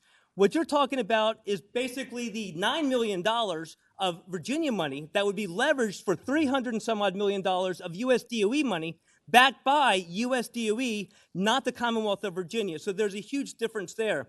As far as the informing the US DOE of any conflict, Senator, I have not, to my knowledge, there is not a consensus across the Virginia General Assembly at this point that Virginia Energy is in violation of anything. Should something get passed out of the legislative session in 25, I'd be happy to share that with them. Madam Chair. Sorry. One final question, I guess. First of all, just note the Department of Energy doesn't lend money into this program. They pass money through the state to a state energy financing institution, a SEFI, which you're purporting to be. The state is the one that makes the loan. Mm-hmm. The federal government simply backs it. Yes. They don't make the loan. Okay? Does your department ever made any other loans? I mean, do you have anybody in your staff have expertise in assessing the creditworthiness of third parties, in making loans, in negotiating loan contracts, in negotiating the terms of financing, in making those judgments? I know you have lots of expertise in energy. Yes. But lending money is a very different deal. So yes, who sir. In your department, have you ever made loans before? What's your expertise in that? Yes, sir. So Bettina Bagoo, who's behind me, her background, master at Princeton, she did energy financing in the Obama administration, or under the Obama administration, and she's just one of the experts that we have, and she has been overseeing energy loans out of our office for longer than I've been here. So you've made loans before? Yes, sir. It's part of our, Bettina, would you mind coming up and just talk about some of the loans that we're in the process of putting together? Sure. Hi, I'm Bettina Bergu, Director of Affordability and Competition. Could you speak into the mic? I can barely hear you. Yeah, absolutely. So we are planning on issuing loans using our Solar for All funds. That'll be part of our portfolio. We have issued loans in the past using ARA funding. That's no longer active. Okay. Thank you. Nice to meet you. Senator Servo, we agree with you, and I think we need to have some further discussion on it because I'm not sure all of us understand all of what we just heard from Director Davis. Yes, ma'am. Okay. Senator Servo, further question? Now, where you are, I don't understand it either. Okay. All right. Any further questions? Thank you, Madam Chair. Director Davis. Yes, ma'am. You may continue if you have further information. Oh, no, ma'am. I'm good. I was just here to answer questions. The presentation is over, ma'am. Well, we thank you for coming. Thank you for having me, ma'am. Next, Dale Farino, Chief Executive Officer of ABC, will present an update on the authority's finance. And thank you, sir. Good morning for being here. Madam Chair, members of the committee, thank you. I am Dale Farino. I am the CEO at Virginia ABC. My agenda today is to talk about the spirits industry and the headwinds that we're facing. And then I'm going to talk a little bit about what ABC is doing to combat those headwinds. Then I'm going to talk a little bit about the FY24 financial close, and then I'm going to talk about the reforecast for FY25 and FY26. So the U.S. spirits industry is trending year over year, moderate growth, and they do face strong headwinds for the foreseeable future. And factors that are impacting that declining growth are inflation, reductions in discretionary spending, competing alcoholic beverage products, mainly ready-to-drink cocktails, cannabis, generational changes in alcohol consumption and buying habits. The industry experts are also expecting that growth to remain flat into 2025. So where's ABC with that? We continually monitor what's going on in the industry. We look at our own data. We work with our spirit suppliers in Virginia to make sure that we're not, overstating or overinflating where we think we're going to be. And we are going to I'm going to talk to you a little bit later about revising our 2025 forecast from 1.5% revenue growth to flat, and then talk about the FY26 forecast, which is currently at 5%, and we're going to take that down to 1%. So sitting in front of you on page 4, are just some of the industry highlights from spirits suppliers, vendors across the United States.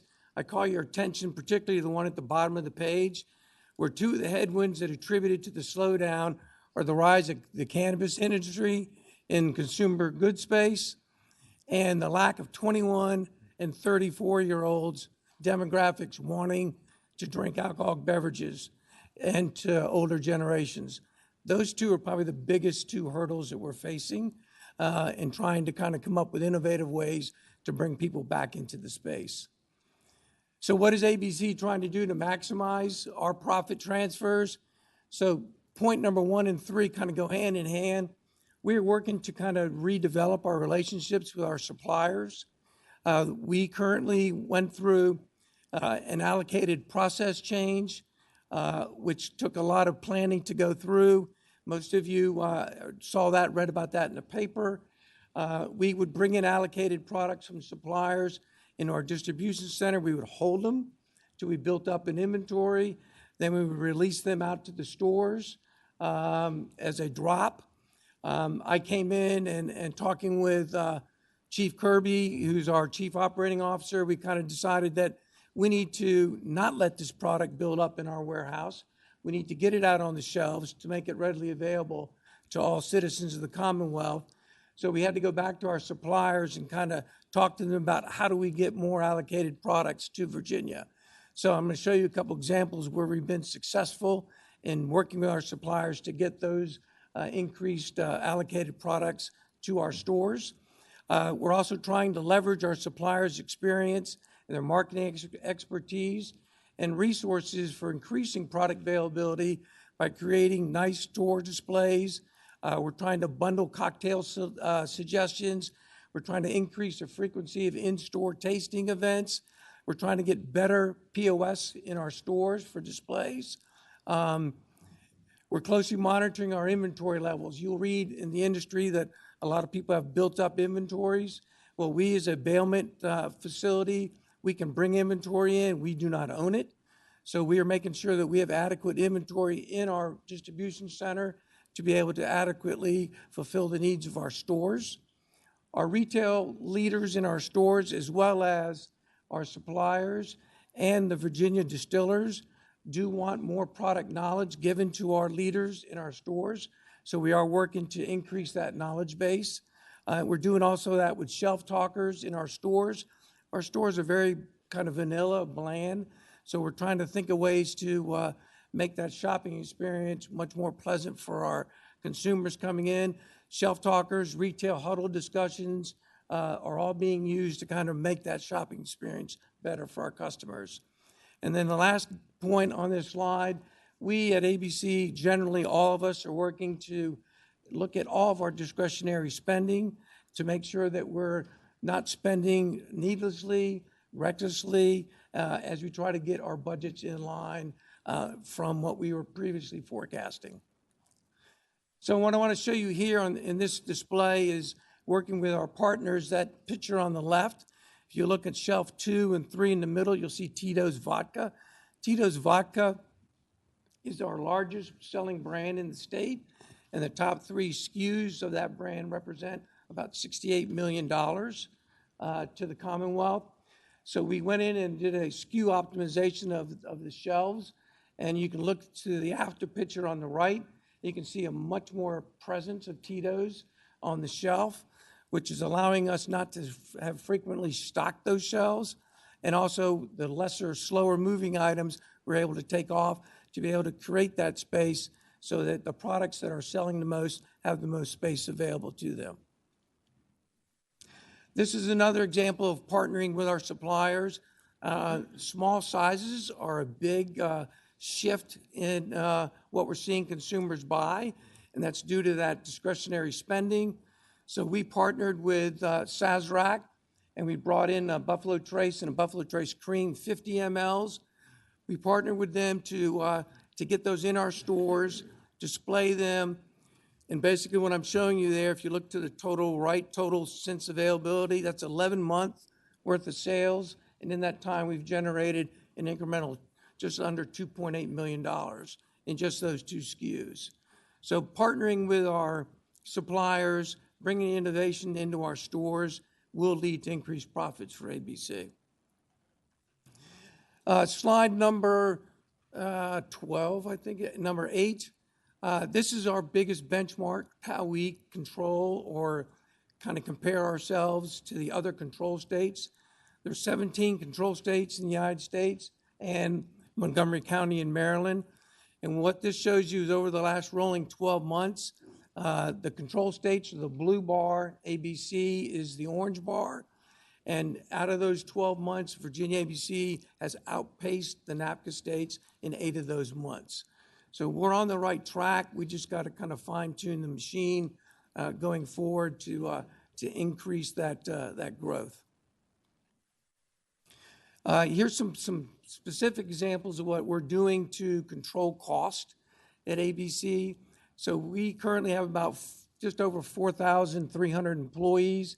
We have 229 vacant roles right now, and we're only really recruiting for 28. So we're looking at every position that comes open. We're scrutinizing whether we need to refill that position or not. We as an executive team, we meet weekly, and we approve all funding requests and spends over $10,000.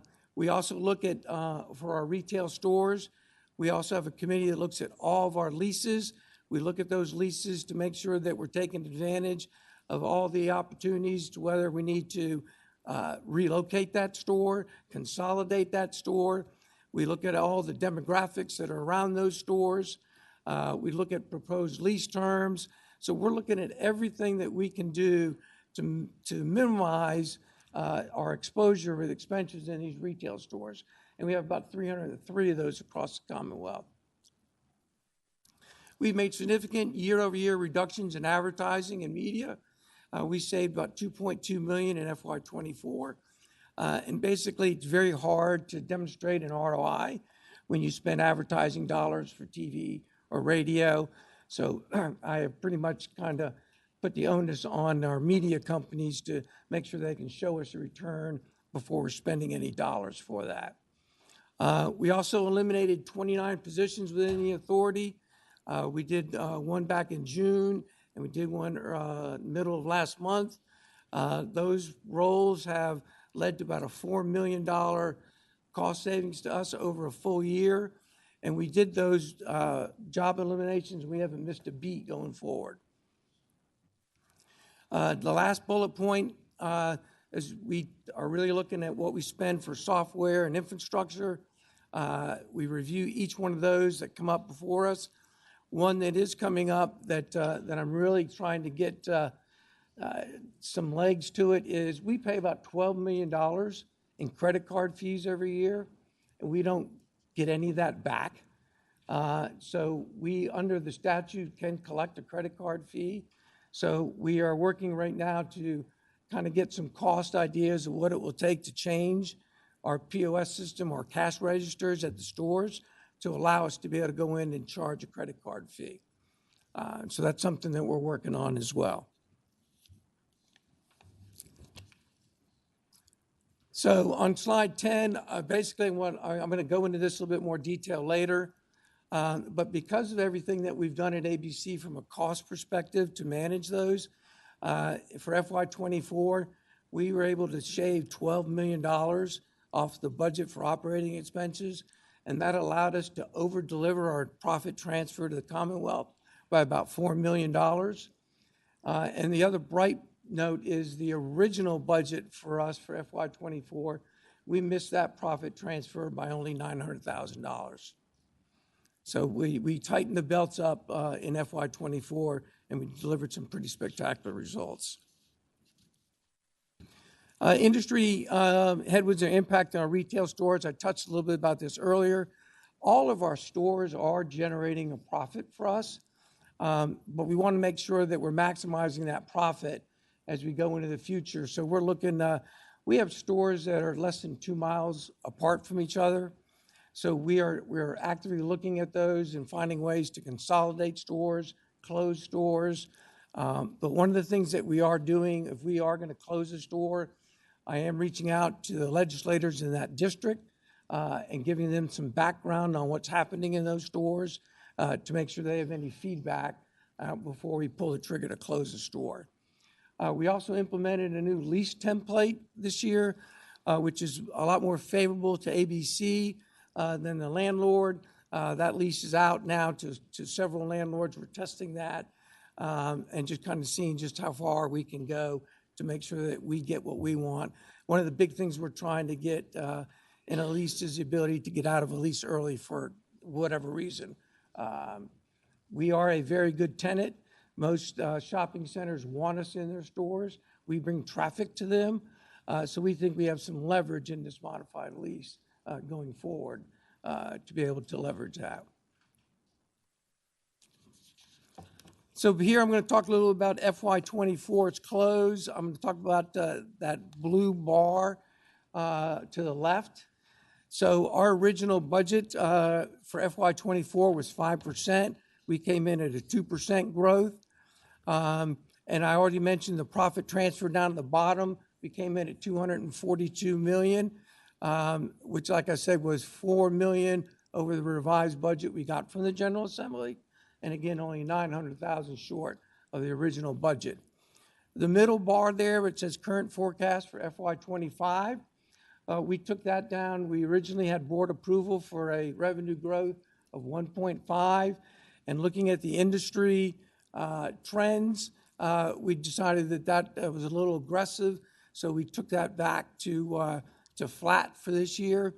And the only real negative impact to that is you see down at the bottom of the profit transfer over is $230.5 million versus $231.5.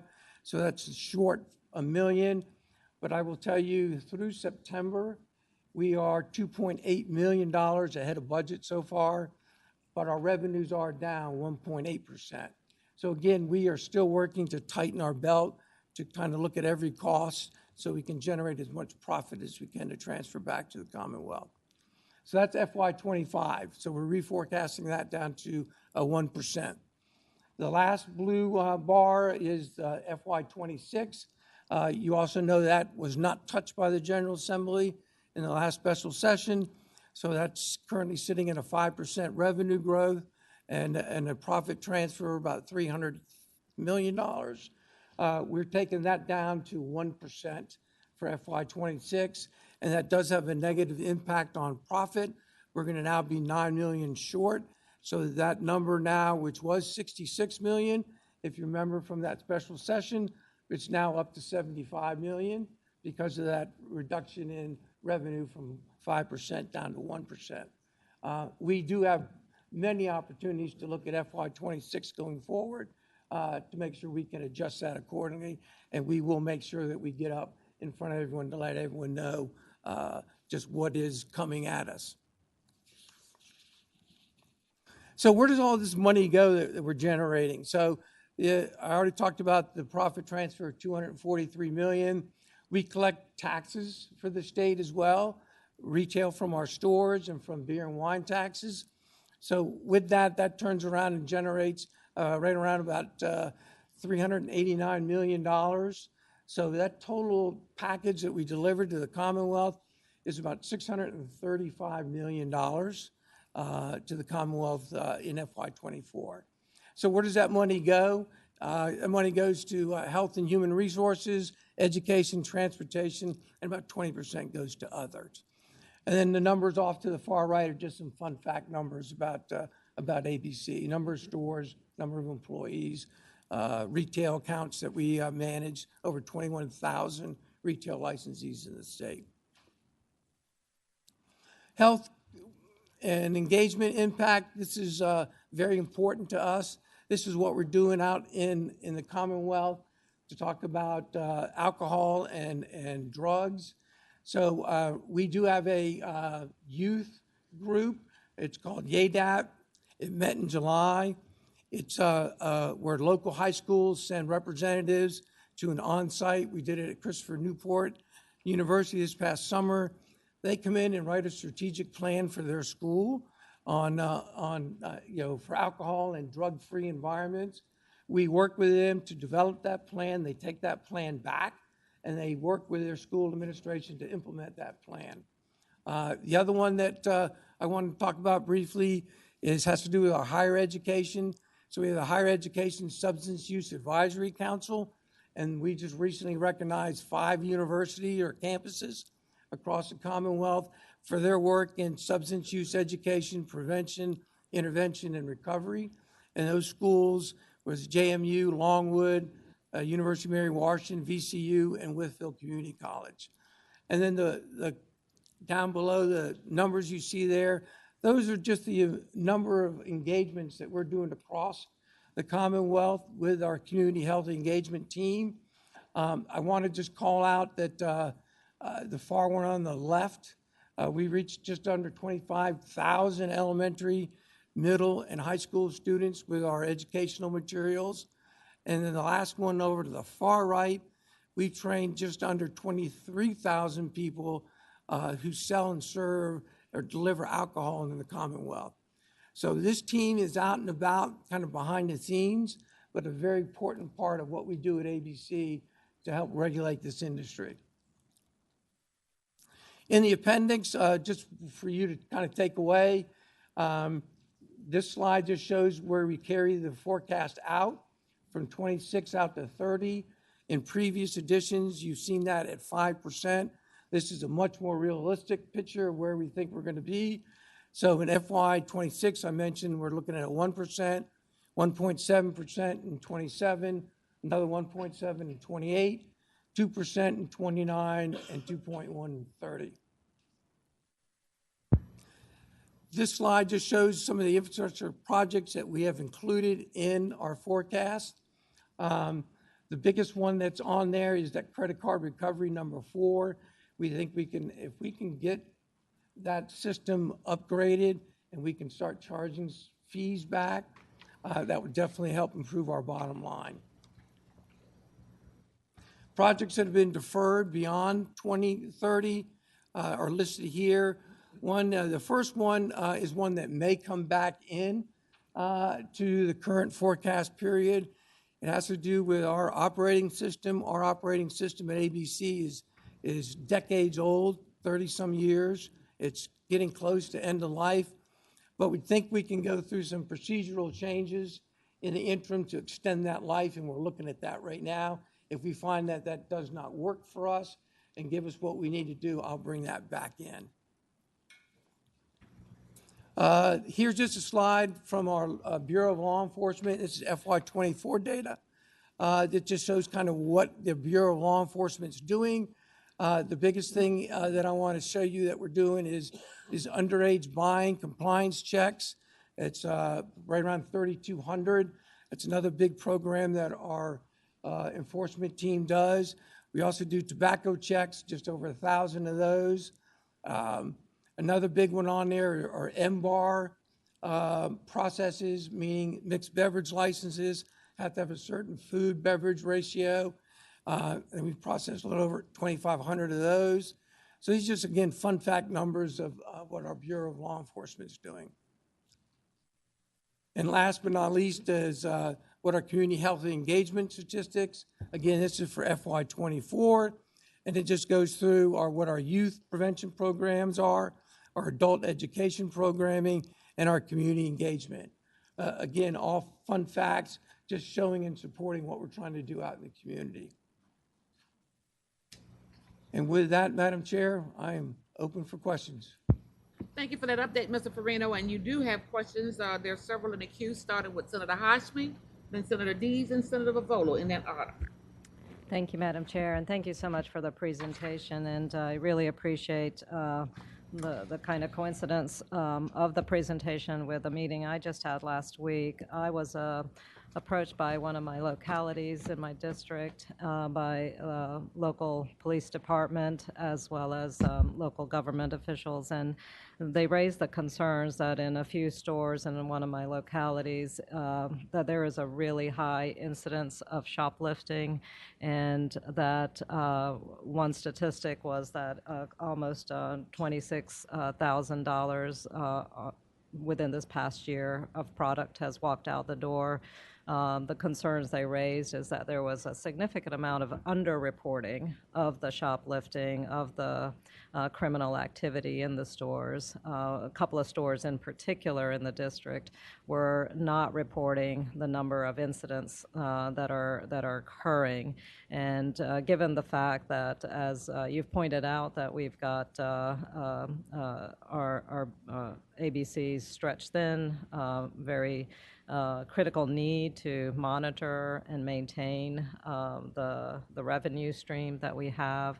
I'm just curious about what kind of training is being provided to our employees so that they are in compliance and working closely with local law enforcement, and that there's ways in which we can work to mitigate the number of dollars and products that are leaving the store without getting reported. So we are educating our employees. I just recently did a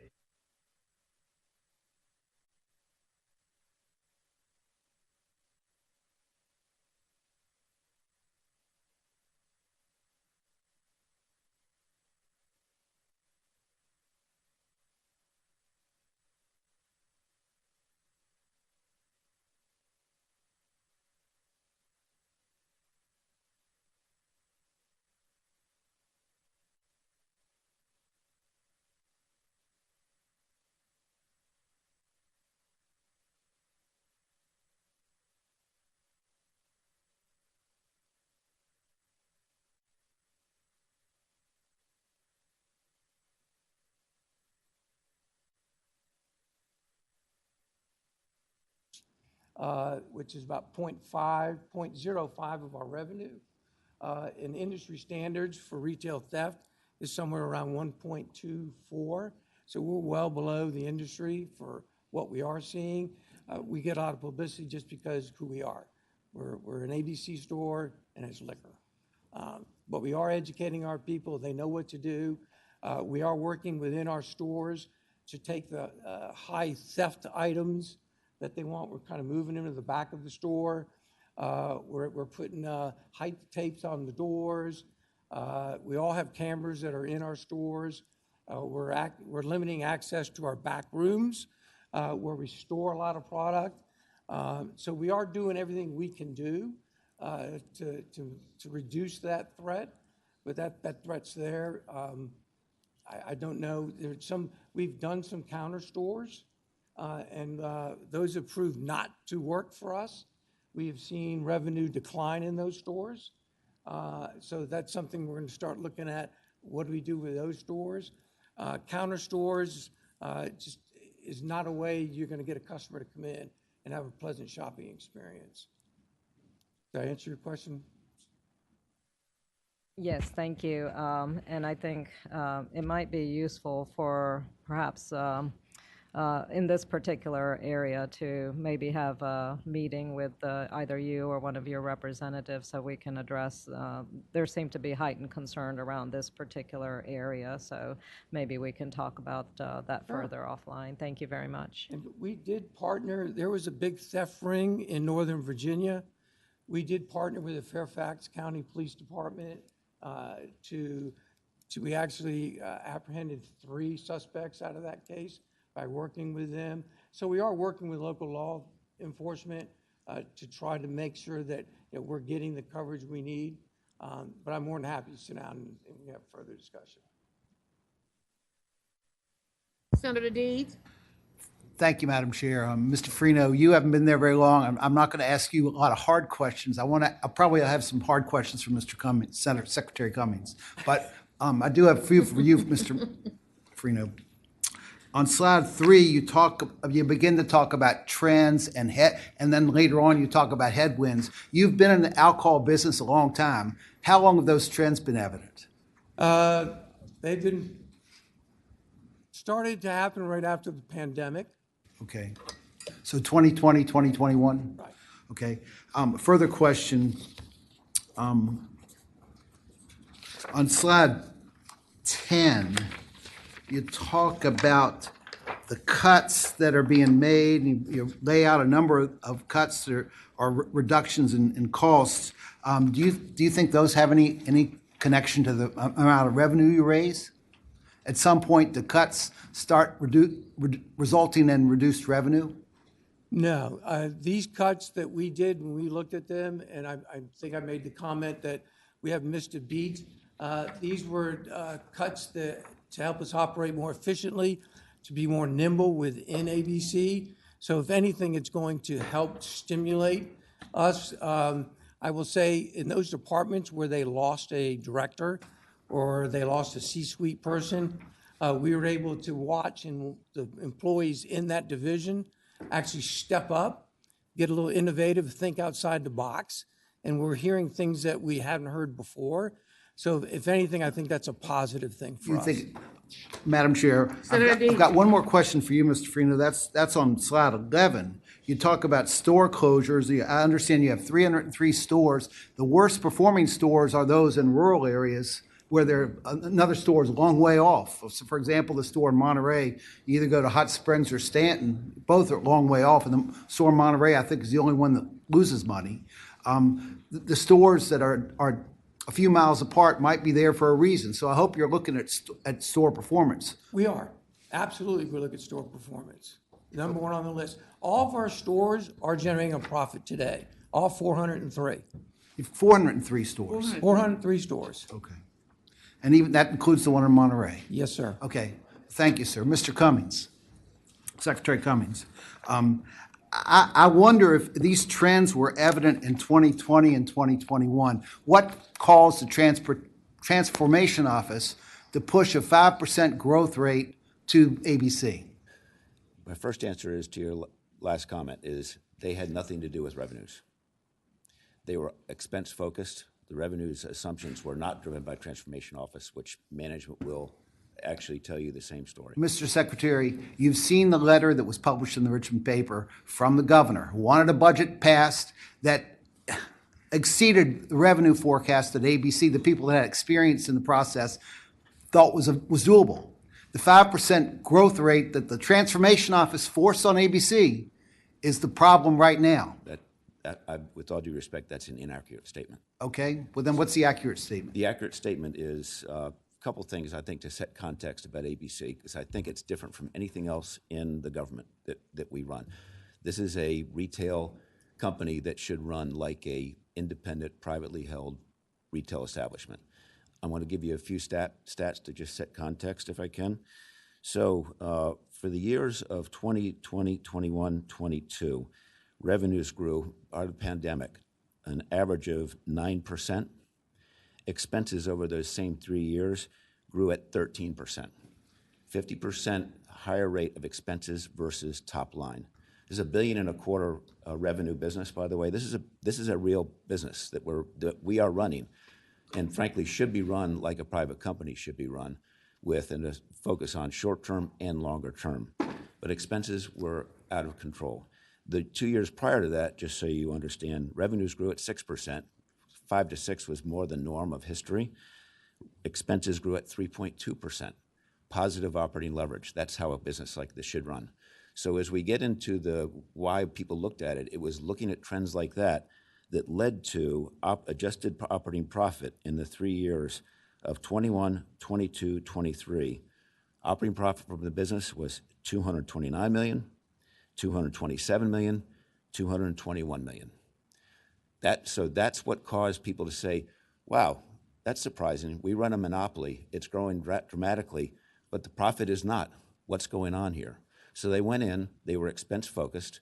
When they got to this, the timing of what went into the Gaker forecast of the 5%, what you will see is that actually revenues in 2018, 2019 were growing at 5%, 7%, and then 11, 13, 3.4 in 2023, 5%. So the assumption going into the Gaker forecast, which was in that period that led up to the December forecast, at the first month of the year, we were still running 5%.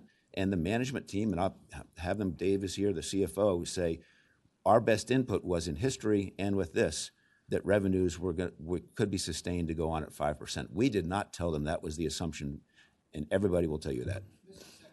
Yes. In 2022, 2021, were they related to the pandemic or were they related to IT that could be put off? There is a list. The list does most of it, as you would imagine, because as most of your expense is people. So it was headcount continued to grow.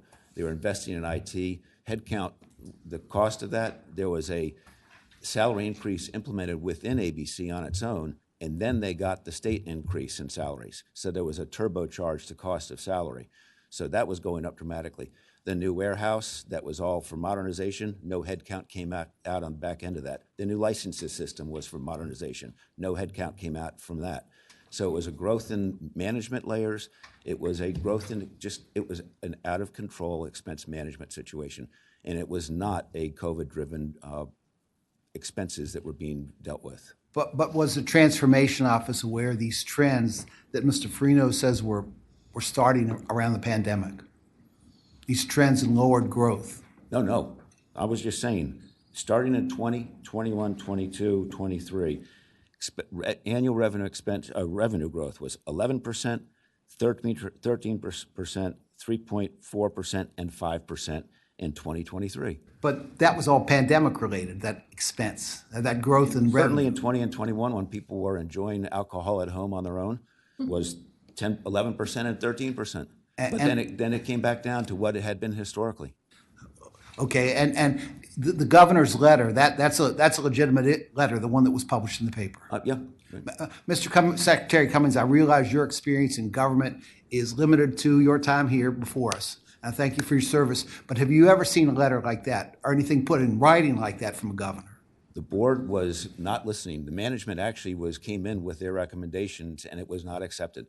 So we have, my view, I'm a private sector person. This is right up my alley. Like, I've analyzed companies forever, as the governor has. I understand how a business should be run. So that's what the Transformation Office came in with, that perspective on how could this be run more efficiently. And Transformation did, despite what might be said, and you're implying out of that letter that we told them they had to do 5%. What he was saying is that that's specific in that letter is, you need to show us a plan that gets us back to the operating margins that we had pre-pandemic, which were steady, 21%, and they had gone down to 18%. It did not say, you've got to do it tomorrow. And now the cash cow that was doing 18% is at 1%. The cash cow that was 18%, I don't follow. You just said it was 18%. It came down to 18%, and actually the actions that management is taking in 2024 to actually take, so I didn't finish that. So the operating profit expenses went up by, in 2020, 16%, 2021, 16%, 2022, 8%, 2023, 12%. The expenses in 2024, down 4%. Okay. They are doing the right things to address this. Thank you, Senator Deeds. There's a growing appetite for this topic. So next in queue is Senator Favola, then Senator McPike, and I suspect there are others coming. Thank you, Madam Chair. Thank you, Mr. Farino. I know you have many years managing alcohol products and companies, and we know each other from my chairmanship of the Rehabilitation and Social Services Committee. Madam Chair, I'm going to have 3 or 4 questions, if I have your permission to just start and go through. Okay.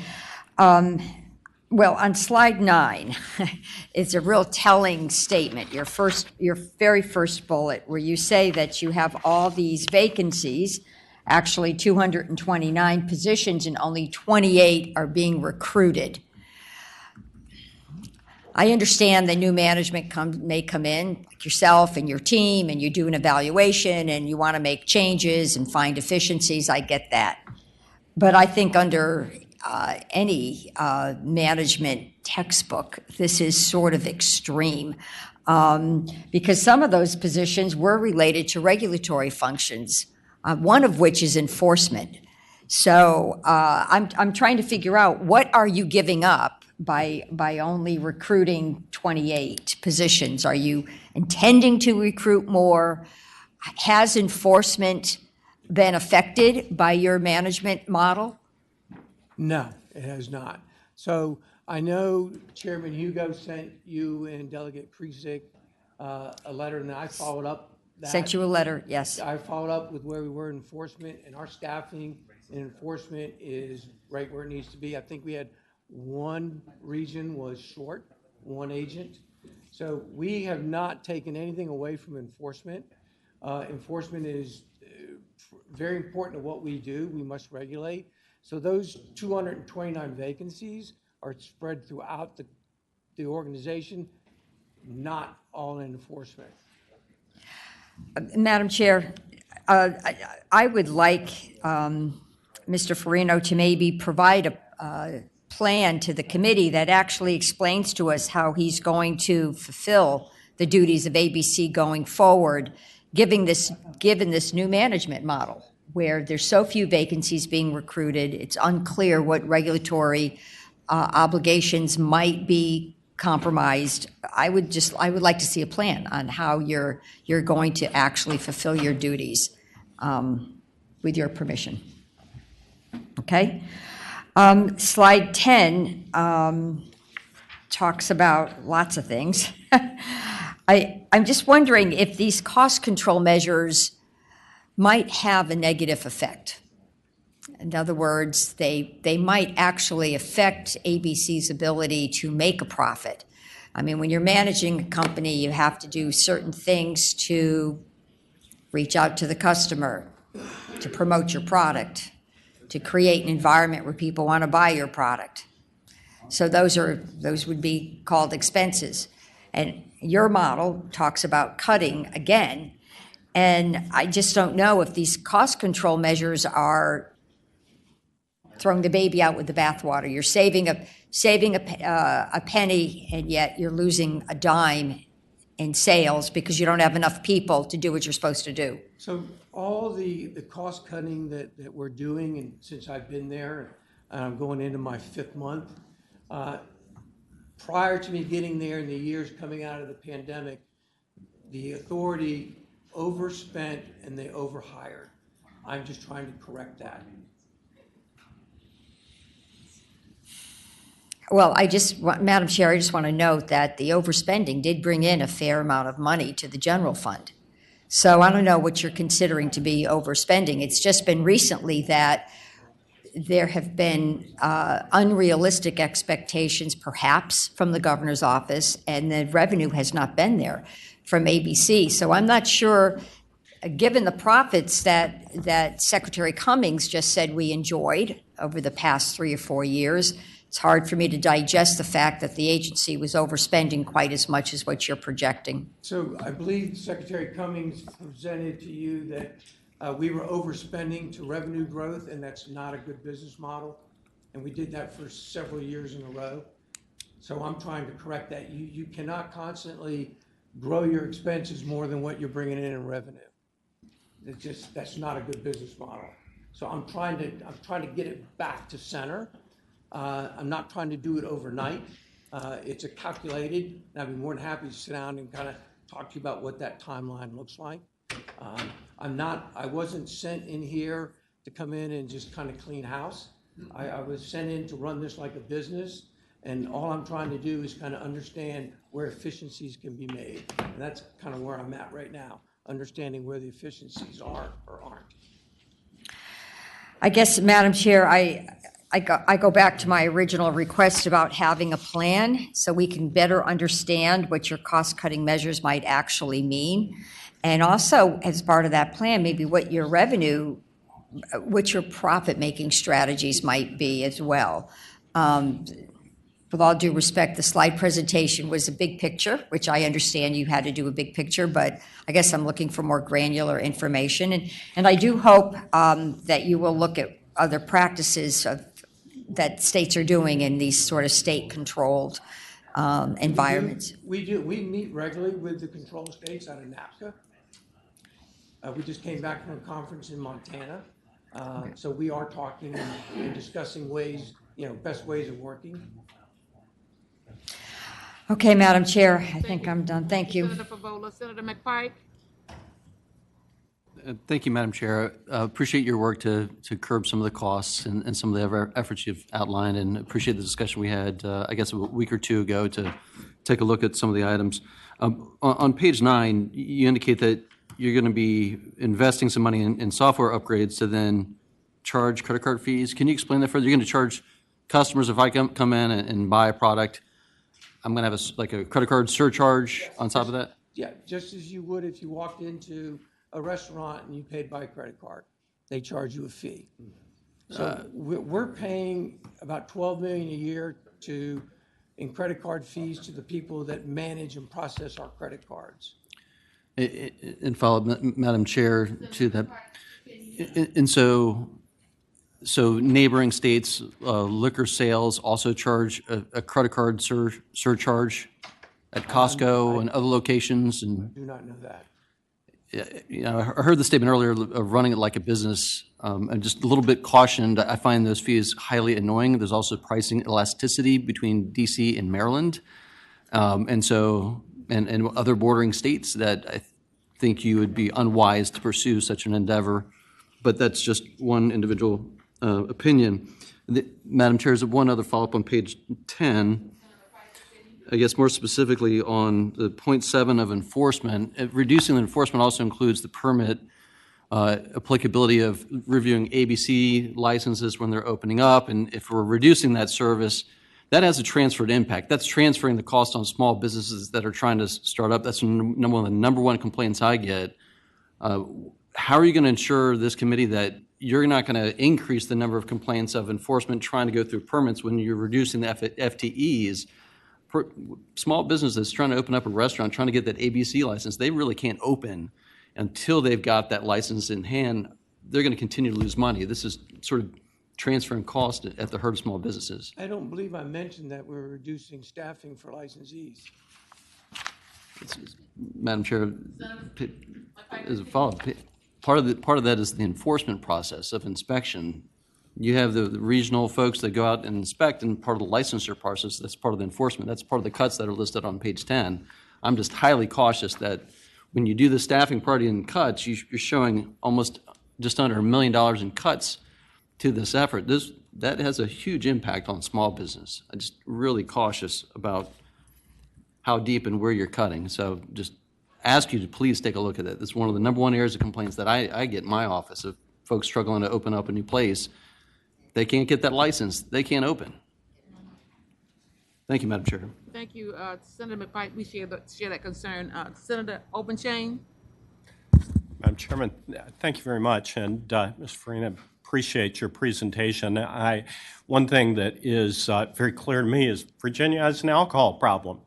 We make too doggone much money selling alcohol. And when there's a slight deviation, you hear a lot of complaints, and I do appreciate the effort to run ABC a lot more like business. I fear what economic consequences we're experiencing now would be exponentially greater if we simply ran it like government. So I do thank you for your efforts and look forward to continuing to see that trend improve, I guess. Yes. Thank you. I'm sorry, there was one more. There's one more senator in queue. Senator Eben, I didn't see you. Thank you, Madam Chair. I did want to just follow on something that Senator McPike brought up about charging a fee for using a credit card for a transaction. You mentioned that we don't really go after shoplifters, so wouldn't the net result from charging a surcharge for credit card transactions require more cash to be coming into the business if people wanted to not pay a fee? If they elected not to use a credit card, they can use their debit card. If they have a debit card, and there is no fee for that. I see. Well, I just wanted to share the caution that Senator McPike expressed that people are moving towards a cashless society, and they tend to expect when they buy their alcohol in other states, or if they have other options, that they don't pay an extra fee. So it's almost like a price increase and it is a price increase in a sense on those that would use credit cards. So I would just encourage you to reevaluate that and see how it affects your bottom line. Absolutely.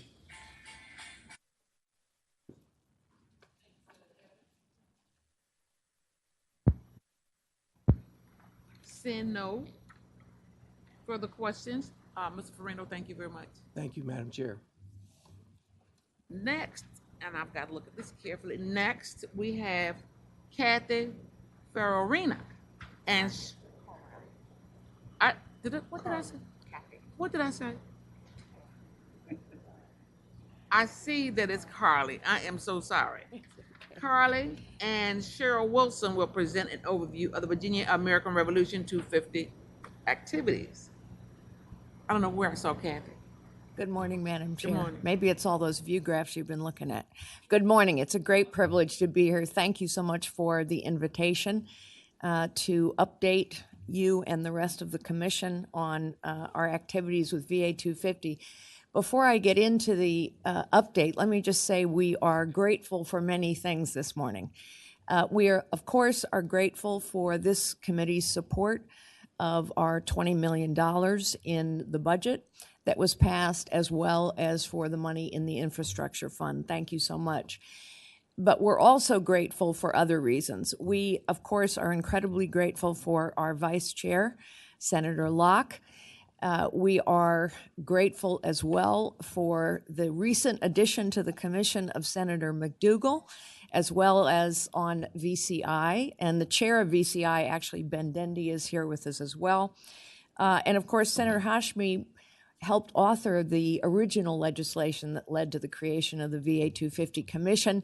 And that is notable because in this, as in so many other ways, Virginia has led. Virginia was one of the very first states to stand up its commission, one of the very first states to get adequate funding for that commission. There are still states such as New York who don't have enough money and haven't actually stood up anything. So we're grateful for all of that. We like to say at the Virginia 250 Commission that Virginia's history is America's story.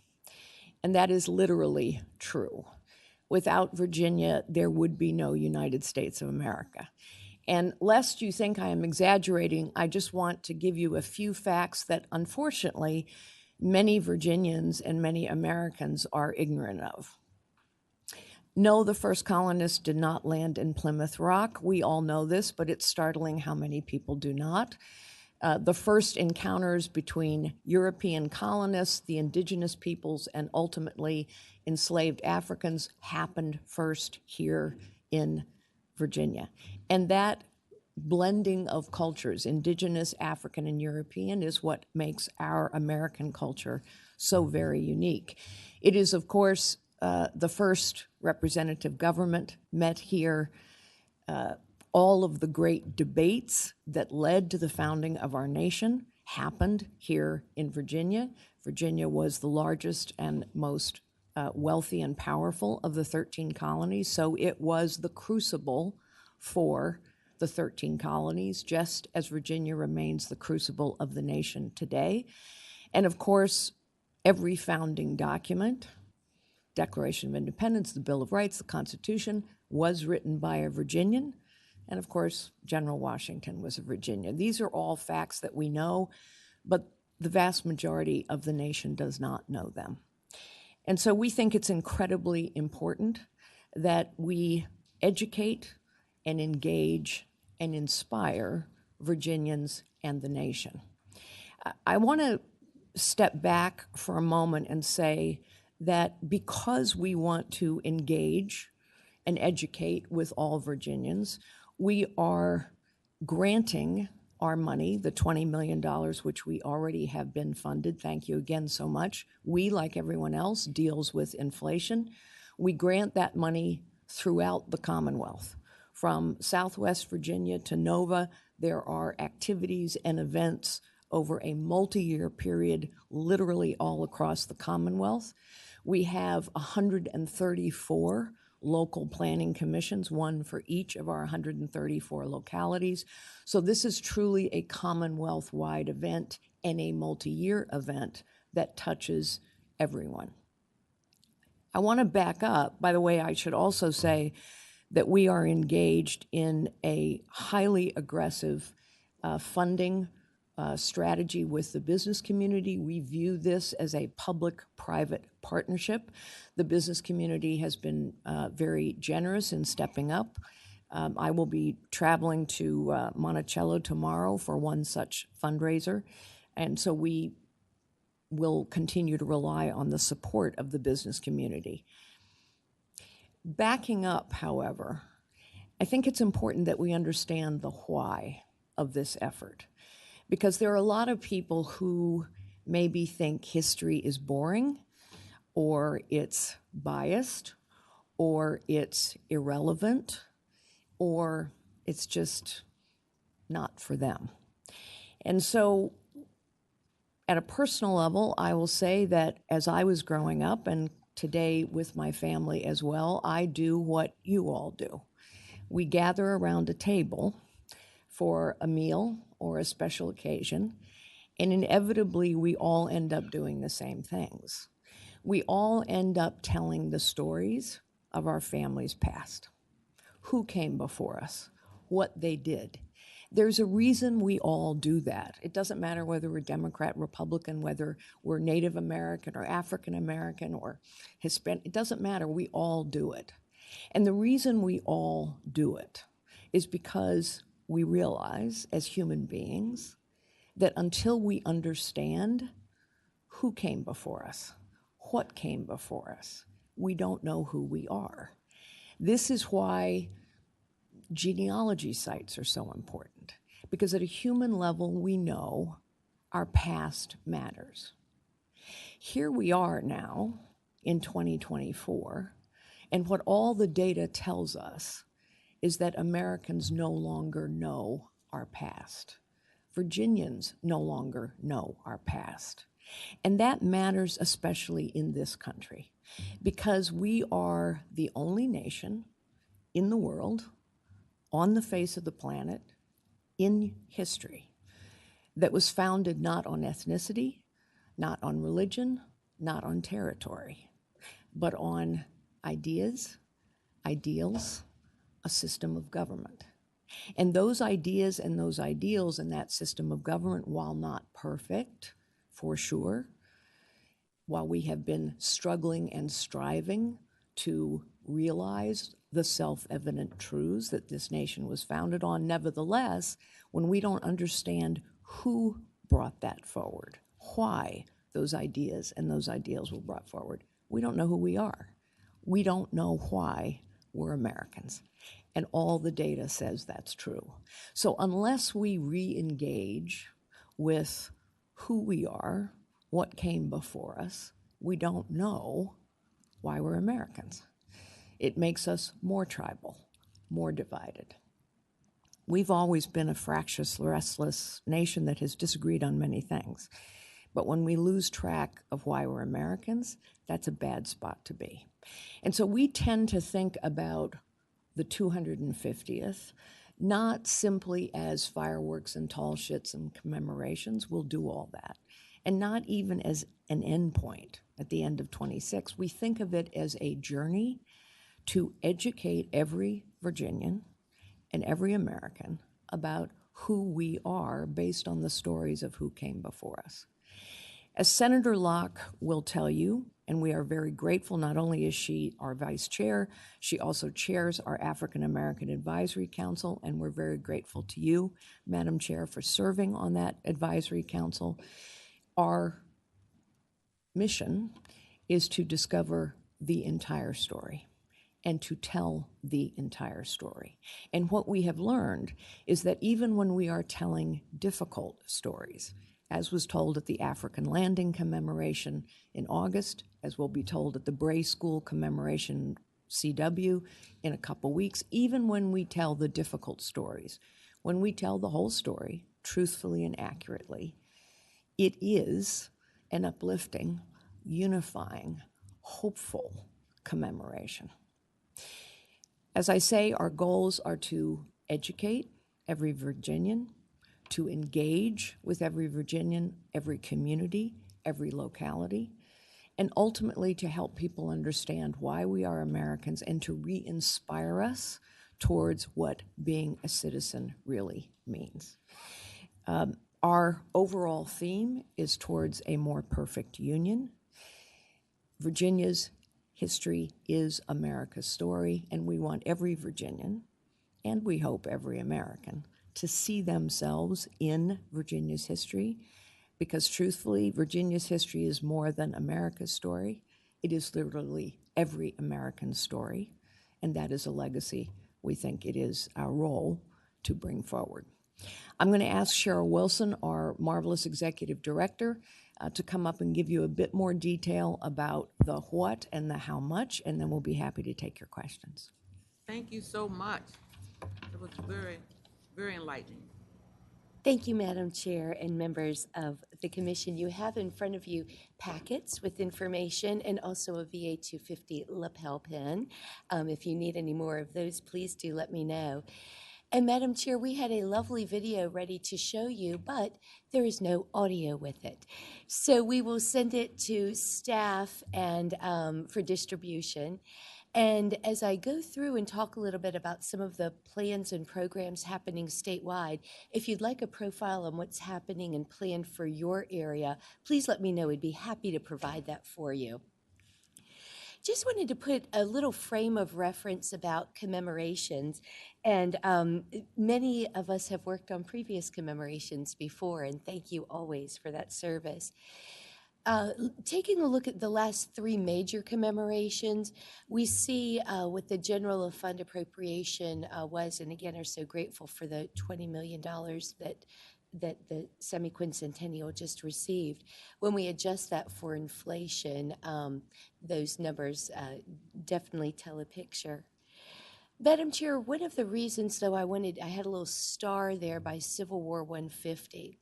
That was a legislative commission, just as this is a legislative commission. So anything unspent reverts to the legislative reversion fund. We actually returned $7 million of that $14 million appropriation. And I just wanted to put that in reference for you. The return on investment, though, of these commemorations is important. As you can see, the last three commemorations together, over $1.5 billion in economic impact statewide, tens of thousands of jobs created, local and tax revenue implications, and extensive media impressions. That's the last three taken together. Madam Chair and members, I can tell you that just over the last year, this one's going to be huge. This is the nation's 250th. In just the last year alone, VA 250 has had more than 1 billion earned media impressions. That means more than 1 billion readers to articles written about 250th activities in your communities and statewide. More than 1,000 events have already been added to the statewide calendar of events. And for those keeping track, the nation thinks of the 250th as culminating on July 4th, 2026. But as Chair Fiorina said, Virginia leads the nation. And those are just a few examples of the ways that we do. We are together planning a program that will have national impact and significance. The world will come to Virginia, and Virginia will show its finest to the world. There will be a multi-year series of events, including national in scope. And again, this touches every area of the Commonwealth, quite truly a statewide commemoration. I'd like to show you just a little bit. In 2024, many of you, and again, thank you so much for your support, as we held the first Independence Day event here at the state capitol. Madam Chair, 2,500 people from 76 localities across Virginia signed up to come to the Capitol. We are seeing that there is a hunger for programs and activities that are inviting, engaging, and inclusive, inspiring. And the video that you'll see when I email it will show you some examples of the form that that's taking. And of course, it will show our Madam Vice Chair, Senator Locke, giving one of the wonderful speeches of that evening. Coming up in just a few weeks, the Yorktown Tea Party events are, and of course, many of us are having Lafayette's Grand Tour events in Fairfax, I think it is right now. 2025, the focus of the nation will turn to Virginia during the 250th anniversary, of course, of Patrick Henry's Give Me Liberty or Give Me Death speech. But that's not just the only thing. We'll be doing 2 4th of July events or Independence Day events, east and west in the state, Fort Monroe, as well as Roanoke's River's Edge Park to engage all Virginians. There'll be dozens and dozens of Juneteenth events that are highlighted, a national program of service, 2 Lights for Tomorrow. And of course, we can never forget that 2025 is also the 250th anniversary of the Army, Navy, and Marine Corps. Again, it's not just VA 250 planning events for this, and we are. It's every locality in the state joining. And 2026, Madam Chair and members, please just don't make any plans whatsoever. Keep your whole calendar clear because you'll be getting many, many invitations. Virginia's Independence Day in May, and you may know that Virginia was the first colony to mark its independence 2 months before the signing of the Declaration of Independence with fireworks. So that means Virginia is first in fireworks. So we'll be marking some of those. There will be a large international program with ambassadors from democracies across the world at Mount Vernon. The Virginia Declaration of Rights at Gunston Hall. Again, all of these cadences that brought the country to what we will all look together on July 4th. Sail 250 Virginia will be in ports and harbors across many of your districts and areas. And then Independence Day 2026, we will join together statewide in an inspirational program that, again, will unite and bring us together. And that's not even close to all, Madam Chair, because after that we continue. The first meeting of the General Assembly, Phi Beta Kappa, we go on and on into the battles of the American Revolution through 2032. Chair Fiorina mentioned grants that are given to localities, and again, I'd be happy to provide you with a snapshot of your area and your district. But I just wanted to put up a slide that gives you an overview. At this point, the Commission has awarded and then well over $700,000. Those have been matched with local funds as well. So you can see that programs funded by this are taking off and quite robust. Madam Chair, that is just a bit of an overview, and I know that Chair Fiorina and I are happy to answer any questions you may have. Thank you so much. That was very enlightening. It was almost like I was listening to watching in my mind a movie or something.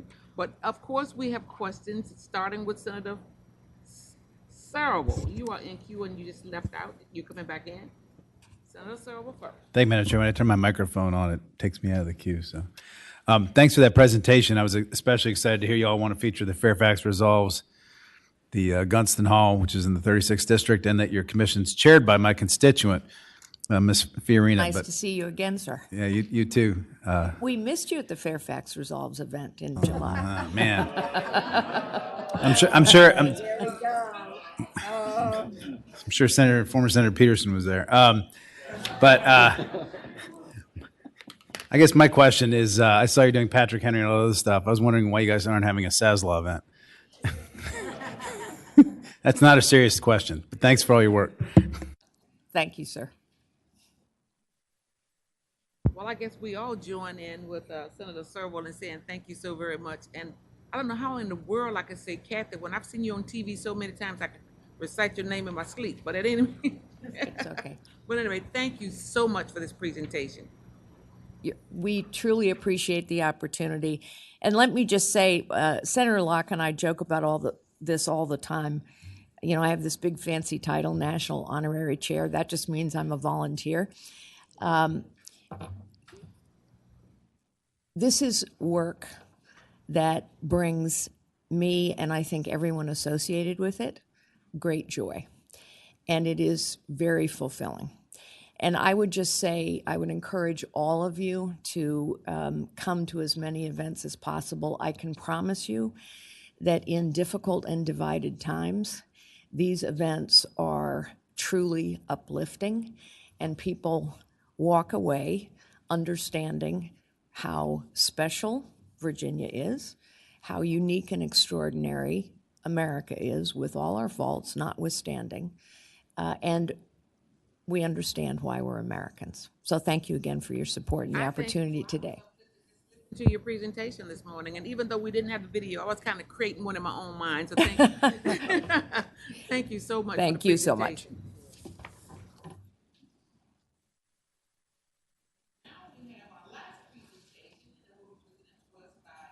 Related to Medicaid spending, and DMAS Director Cheryl Roberts is here to present this information. Good afternoon, Madam Good Chair. afternoon, Cheryl. We're here to talk about carryover funds, and that's a little bit on the technical side, so I'm just going to summarize it, and then I'm going to let our Chief Financial Officer do most of the talking. The three things that are mostly going to be talking about is enrollment. We always talk about that for the last couple of years. Then we're going to talk about some additional payments like Medicare, and then rebates. But I do want to stop to talk about where we are in enrollment, because for the last 2 years, we've been talking about the unwinding, and we're almost at the end. We're at 98%. And so I do want to thank the local Department of Social Services, who have been very, very involved. Obviously, Social Services and DMAS, as we've been doing redeterminations for over 2 million people successfully. So that's on the credit side. On the downside, that's what Chris is going to spend some time talking about, was the pace of it, and that the pace did affect us. And so I do want to bring it up. But I do want to say, compared to other states, we did very well. And I do want to give credit to the people who worked on it first. And then I'm going to let you meet Chris Gordon, who's our CFO.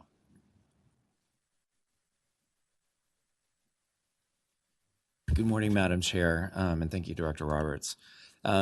Just to give a little background and context to the issue, in March 31st of 2023, the Biden administration discontinued 13 successive 90-day extensions of the federal public health emergency related to the pandemic.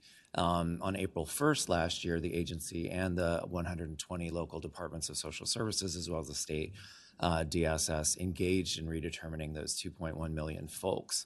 I bring that up because this is a chart in front of you. We produce that every month. Internally, we actually produce it each week. And it's a comparison of what we forecasted the number of people to be in Medicaid compared to what we actually have and what the variance is.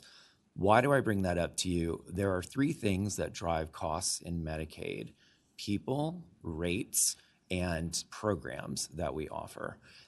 In this particular instance, after we published the forecast in November of last year, what we found were two distinct data points, December and January, where we noticed that the number of humans, the number of folks enrolled in Medicaid was deviating significantly from what our estimates were.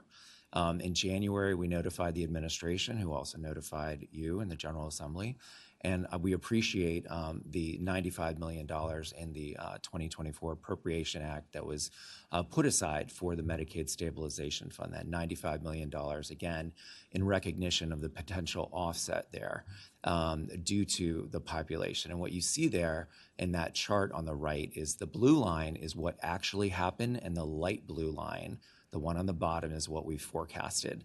So that donut hole that opened there was essentially equal to, and it's red bars there now, $194 million in supplemental payments that were carried over from one fiscal year to this fiscal year, so from last year to this year. And why did we have to do that? Obviously, when you have to redetermine the eligibility of 2.1 million folks enrolled in Medicaid, it takes time. Some of those folks are easier to redetermine and decide if they can remain on Medicaid than others. The folks that took the longest time are folks that are in nursing facilities or folks that are receiving personal care at home. We call those home and community-based services, long-term care folks. Those people take longer because it's a paper application, it's 14 pages, and we have to determine if their assets and resources allow them to continue to be a member in our Medicaid population in Virginia. As of today, if you look at that column on the right-hand side variance, and this is as of October 1st, you'll notice that our long-term care, home and community-based services is still 3,363 folks above what we forecasted last year. Why does that matter? Each of these people, the payment for that person each month is $6,500 on average each month. And so if there's a lag in redeterminations, that means that there is a cost to Medicaid, an unexpected cost in this instance.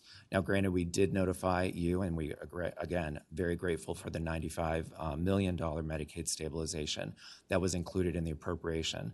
Unfortunately, it was insufficient to cover this cost. This is a list of items that were held over from FY24 into FY25. The first item is non-emergency medical transportation. That's payments to providers that basically drive our members to their appointments. We have a vendor that actually does that mode of care, and so we delayed one payment for them. We also delayed MCO maternity kick payments. A maternity kick payment is basically when one of our Medicaid members has a birth event. We typically pay out between $11,000 and $15,000. Those were payments to the MCOs that were delayed $12.4 million. We also delayed nursing facility value-based purchasing of $14.1 million. That's the value-based purchasing program that was approved by the General Assembly in 2022 to reward nursing facilities that actually made improvements. We also held over $41 million in pharmacy rebates and $56 million in supplemental payments. What are those supplemental payments? Those are payments to hospitals, things for indirect medical education, graduate medical education, and disproportionate share hospital payments. The Appropriation Act actually directs us at 304V prior to this biennium and 288I to actually withhold the fourth quarter of these supplemental payments to the next year. So this is actually normal for that amount. But what was not usual was the Medicare premiums. We pay that on behalf of individuals that are dually eligible for both Medicaid and Medicare. Those were held over as well. There was no interruption to healthcare services for any of our Medicaid members. I want to make sure that's clear. There was no interruption in service for any of our Medicaid members. However, this delay did mean that these payments were not made out until July 7th, that first Friday in the fiscal year. So we had to hold that money over. Why did we have to do that? Because the agency did not have sufficient funds. Because of that, those dots there and that red space, we didn't have sufficient funds to continue operating because the redeterminations did not happen as quickly as we expected. And it basically it cost more than the agency could have possibly expected, $194 million. One of the ones I want to speak into of the $194 million is the pharmacy rebate. That's the fourth bar from the top. The reason why that is an issue is because it is part of $194 million that was carried forward. The pharmacy rebates are basically a federal program that is mandated. And what that means is its intention is to offset the cost of a state buying drugs for its Medicaid members. And we share those rebates when we get them back from the manufacturers of the drugs. And we share those rebates back with the federal government as well as the state share. It offsets the state general fund. We have two ways to classify those rebates, and the reason why I'm going into this detail is it becomes important to explain why I carried over $41 million in pharmacy rebates into this year. The first is there's a current year rebate. So basically when a Medicaid member goes and get a prescription filled in Medicaid today, what they do is they go to the pharmacist, the point of sale, they get the pharmacy, they get the drug, the pharmaceutical, and we get the rebate about 3 months to 4 months later after that event occurs. When we get that money in, we deposit it immediately into basically the general fund as an expenditure refund. So we pay for that up front in general fund, but when we get the rebate in, we swap it out. So it basically returns the general fund back up. It takes that expenditure off the general fund and puts it on the rebate, which is what it's intended to do.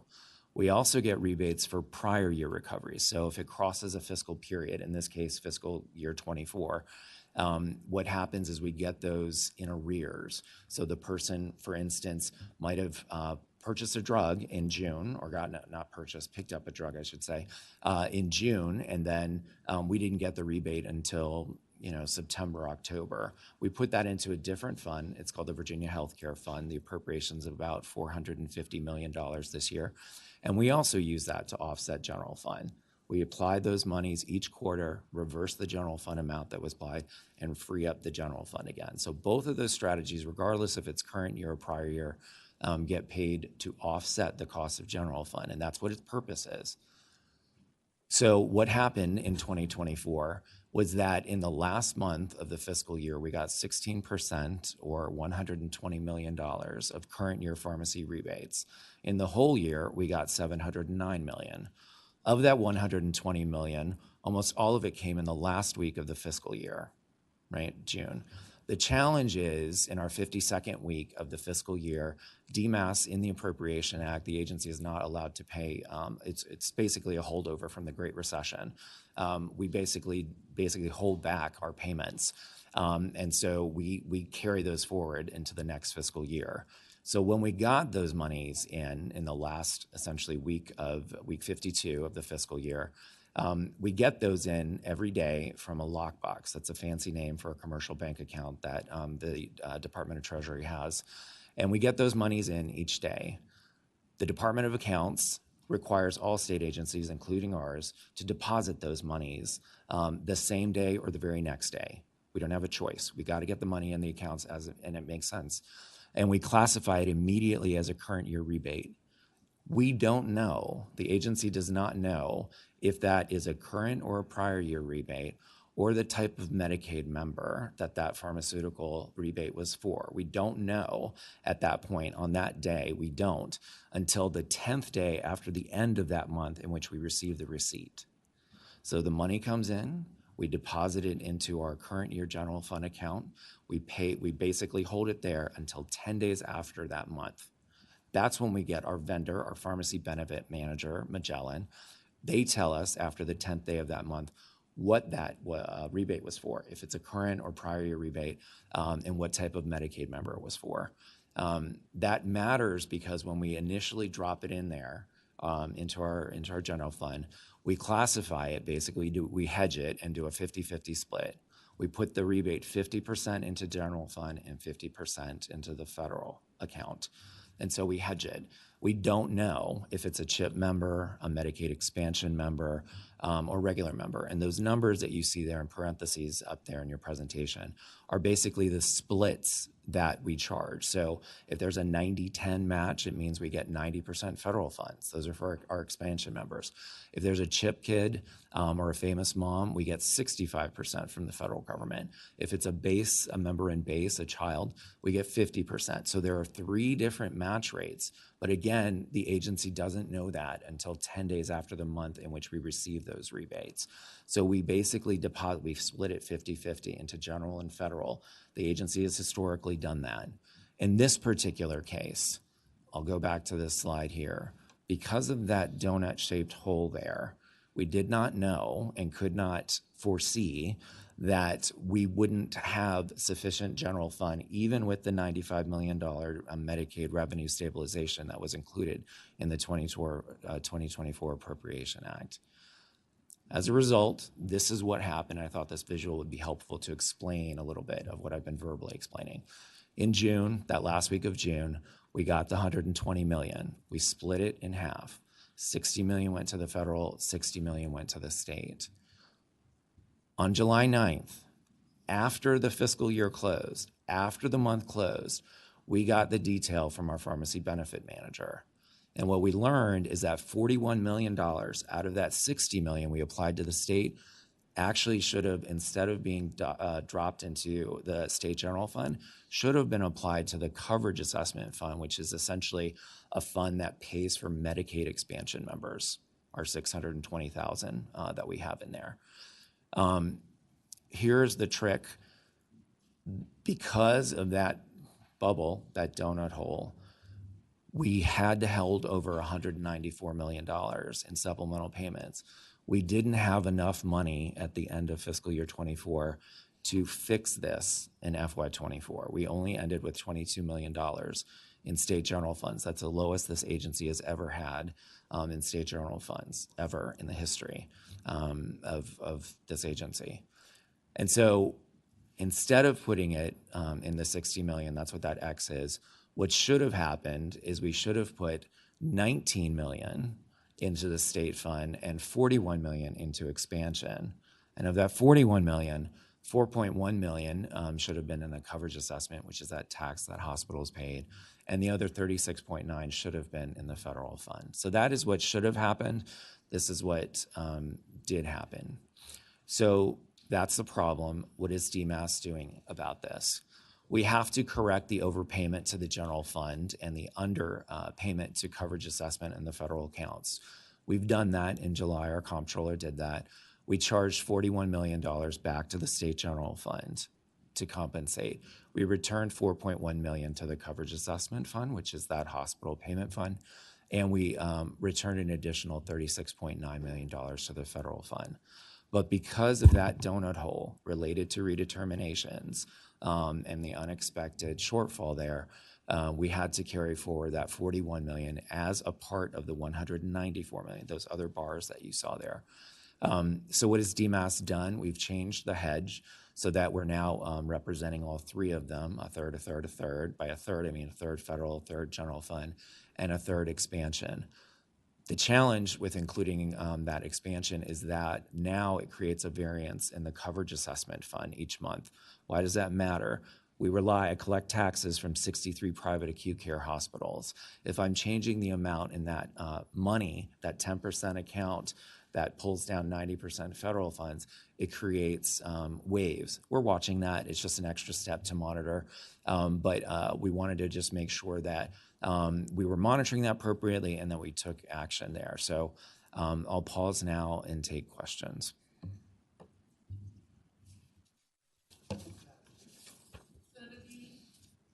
Thank you for the presentation. Going back to slides 3 and 4, I think I heard Ms. Roberts say we're about 99% through the unwinding.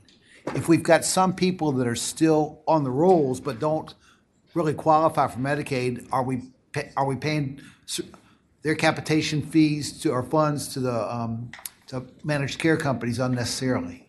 Yes, sir. How many? Do we know? There are approximately 35,000 people outstanding that have not been redetermined. I don't know what proportion of those are in any of those categories listed up there. What I will note is that under the third row, the acronym there, LTC HCBS, those are people that are, but for the personal care they are being provided by in Medicaid, they would otherwise be in a nursing home. That population is very costly. We have 3,363 folks higher than what we expected. That may seem like a small amount, but when you pay $6,500 a month times that number times 12, it's over $200 million a year. Yeah. So CMS has indicated the end of the federal unwinding period is December of next year. We understand that, but our sister agency is obviously in the 120 local departments of social services have worked very diligently and hard to get through this massive, just unbelievable number of folks that nobody could have contemplated in the 3 years of the public health emergency. So yes, sir, they're working very diligently. We're collaborating.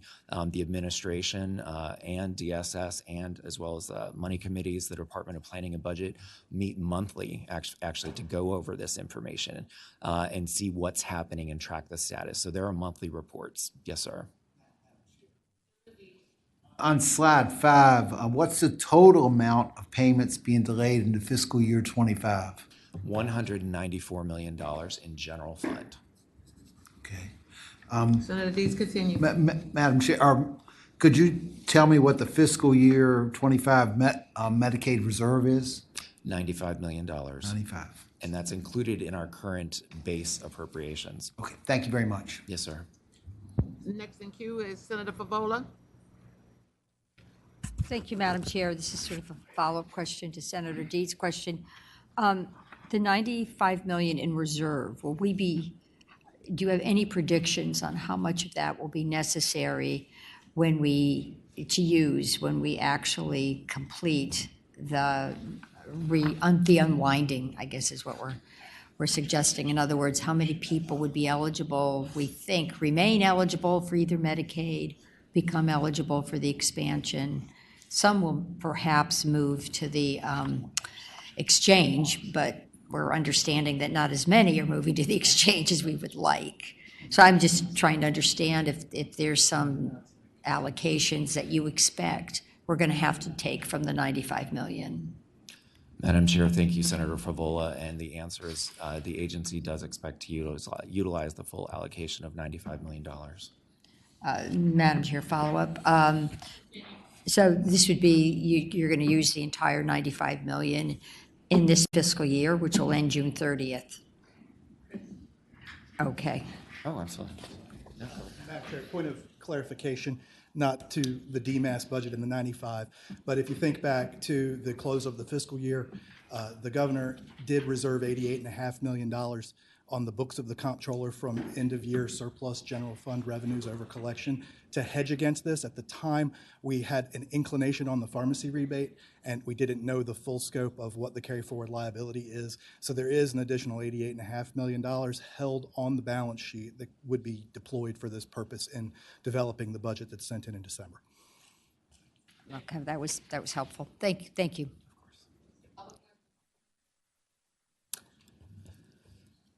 So in conclusion, we have implemented internal controls to make sure if there's ever a situation again where there are hundreds of thousands of folks in Medicaid as a result of a pandemic, a once in 100-year pandemic, that this doesn't happen again. We take this seriously, and we want to make sure that we're being transparent with you, which is why we brought that up here. So I appreciate the time, Madam Chair, to explain this. And if you have any questions, I'd be glad to take them now.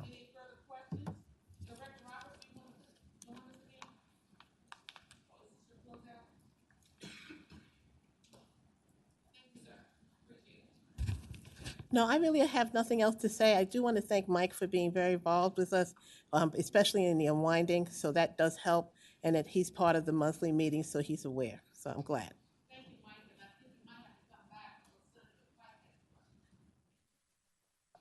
Thank you, Madam Chair. I appreciate the presentation. I know one of the emerging issues is also on the crisis receiving centers, and which is a really important work that this committee has worked on, and the determination that now crisis receiving centers is essentially an IMD, a mental institution, is a big deal in terms of its Medicaid or reimbursement rates. And so this committee, and I think the General Assembly as a whole, in the last 2 years, well, more than that, and Senator Deeds has been involved much longer in terms of creating the right structure. We're now at a point, a pretty critical juncture, where we're getting a lot of the components in place, yet we have this IMD determination issue to get past to make sure like all the crisis receiving centers we're setting up across the Commonwealth are functionally getting reimbursement that we need and so desperately needed right now. And I don't know if you have a comment on it, but I know this is an emerging issue over the last couple of months that's just critical we figure out. Agency, the Department of Behavioral Health, we're very much committed, obviously. This is the governor's #1 project, and so we're working on that. Have good news. We've been working on the SMI waiver, as you know. We did that in record speed. I don't know if you know, we turned around in that and pivoted. And actually, we've been talking to CMS and sent, as of Friday, a draft. So we're moving very quickly. We're moving quickly. Okay? Anything else? Anything else? Thank you, Director Roberts. Thank you. If there's no further business to come before the committee, Well then, the committee shall rise.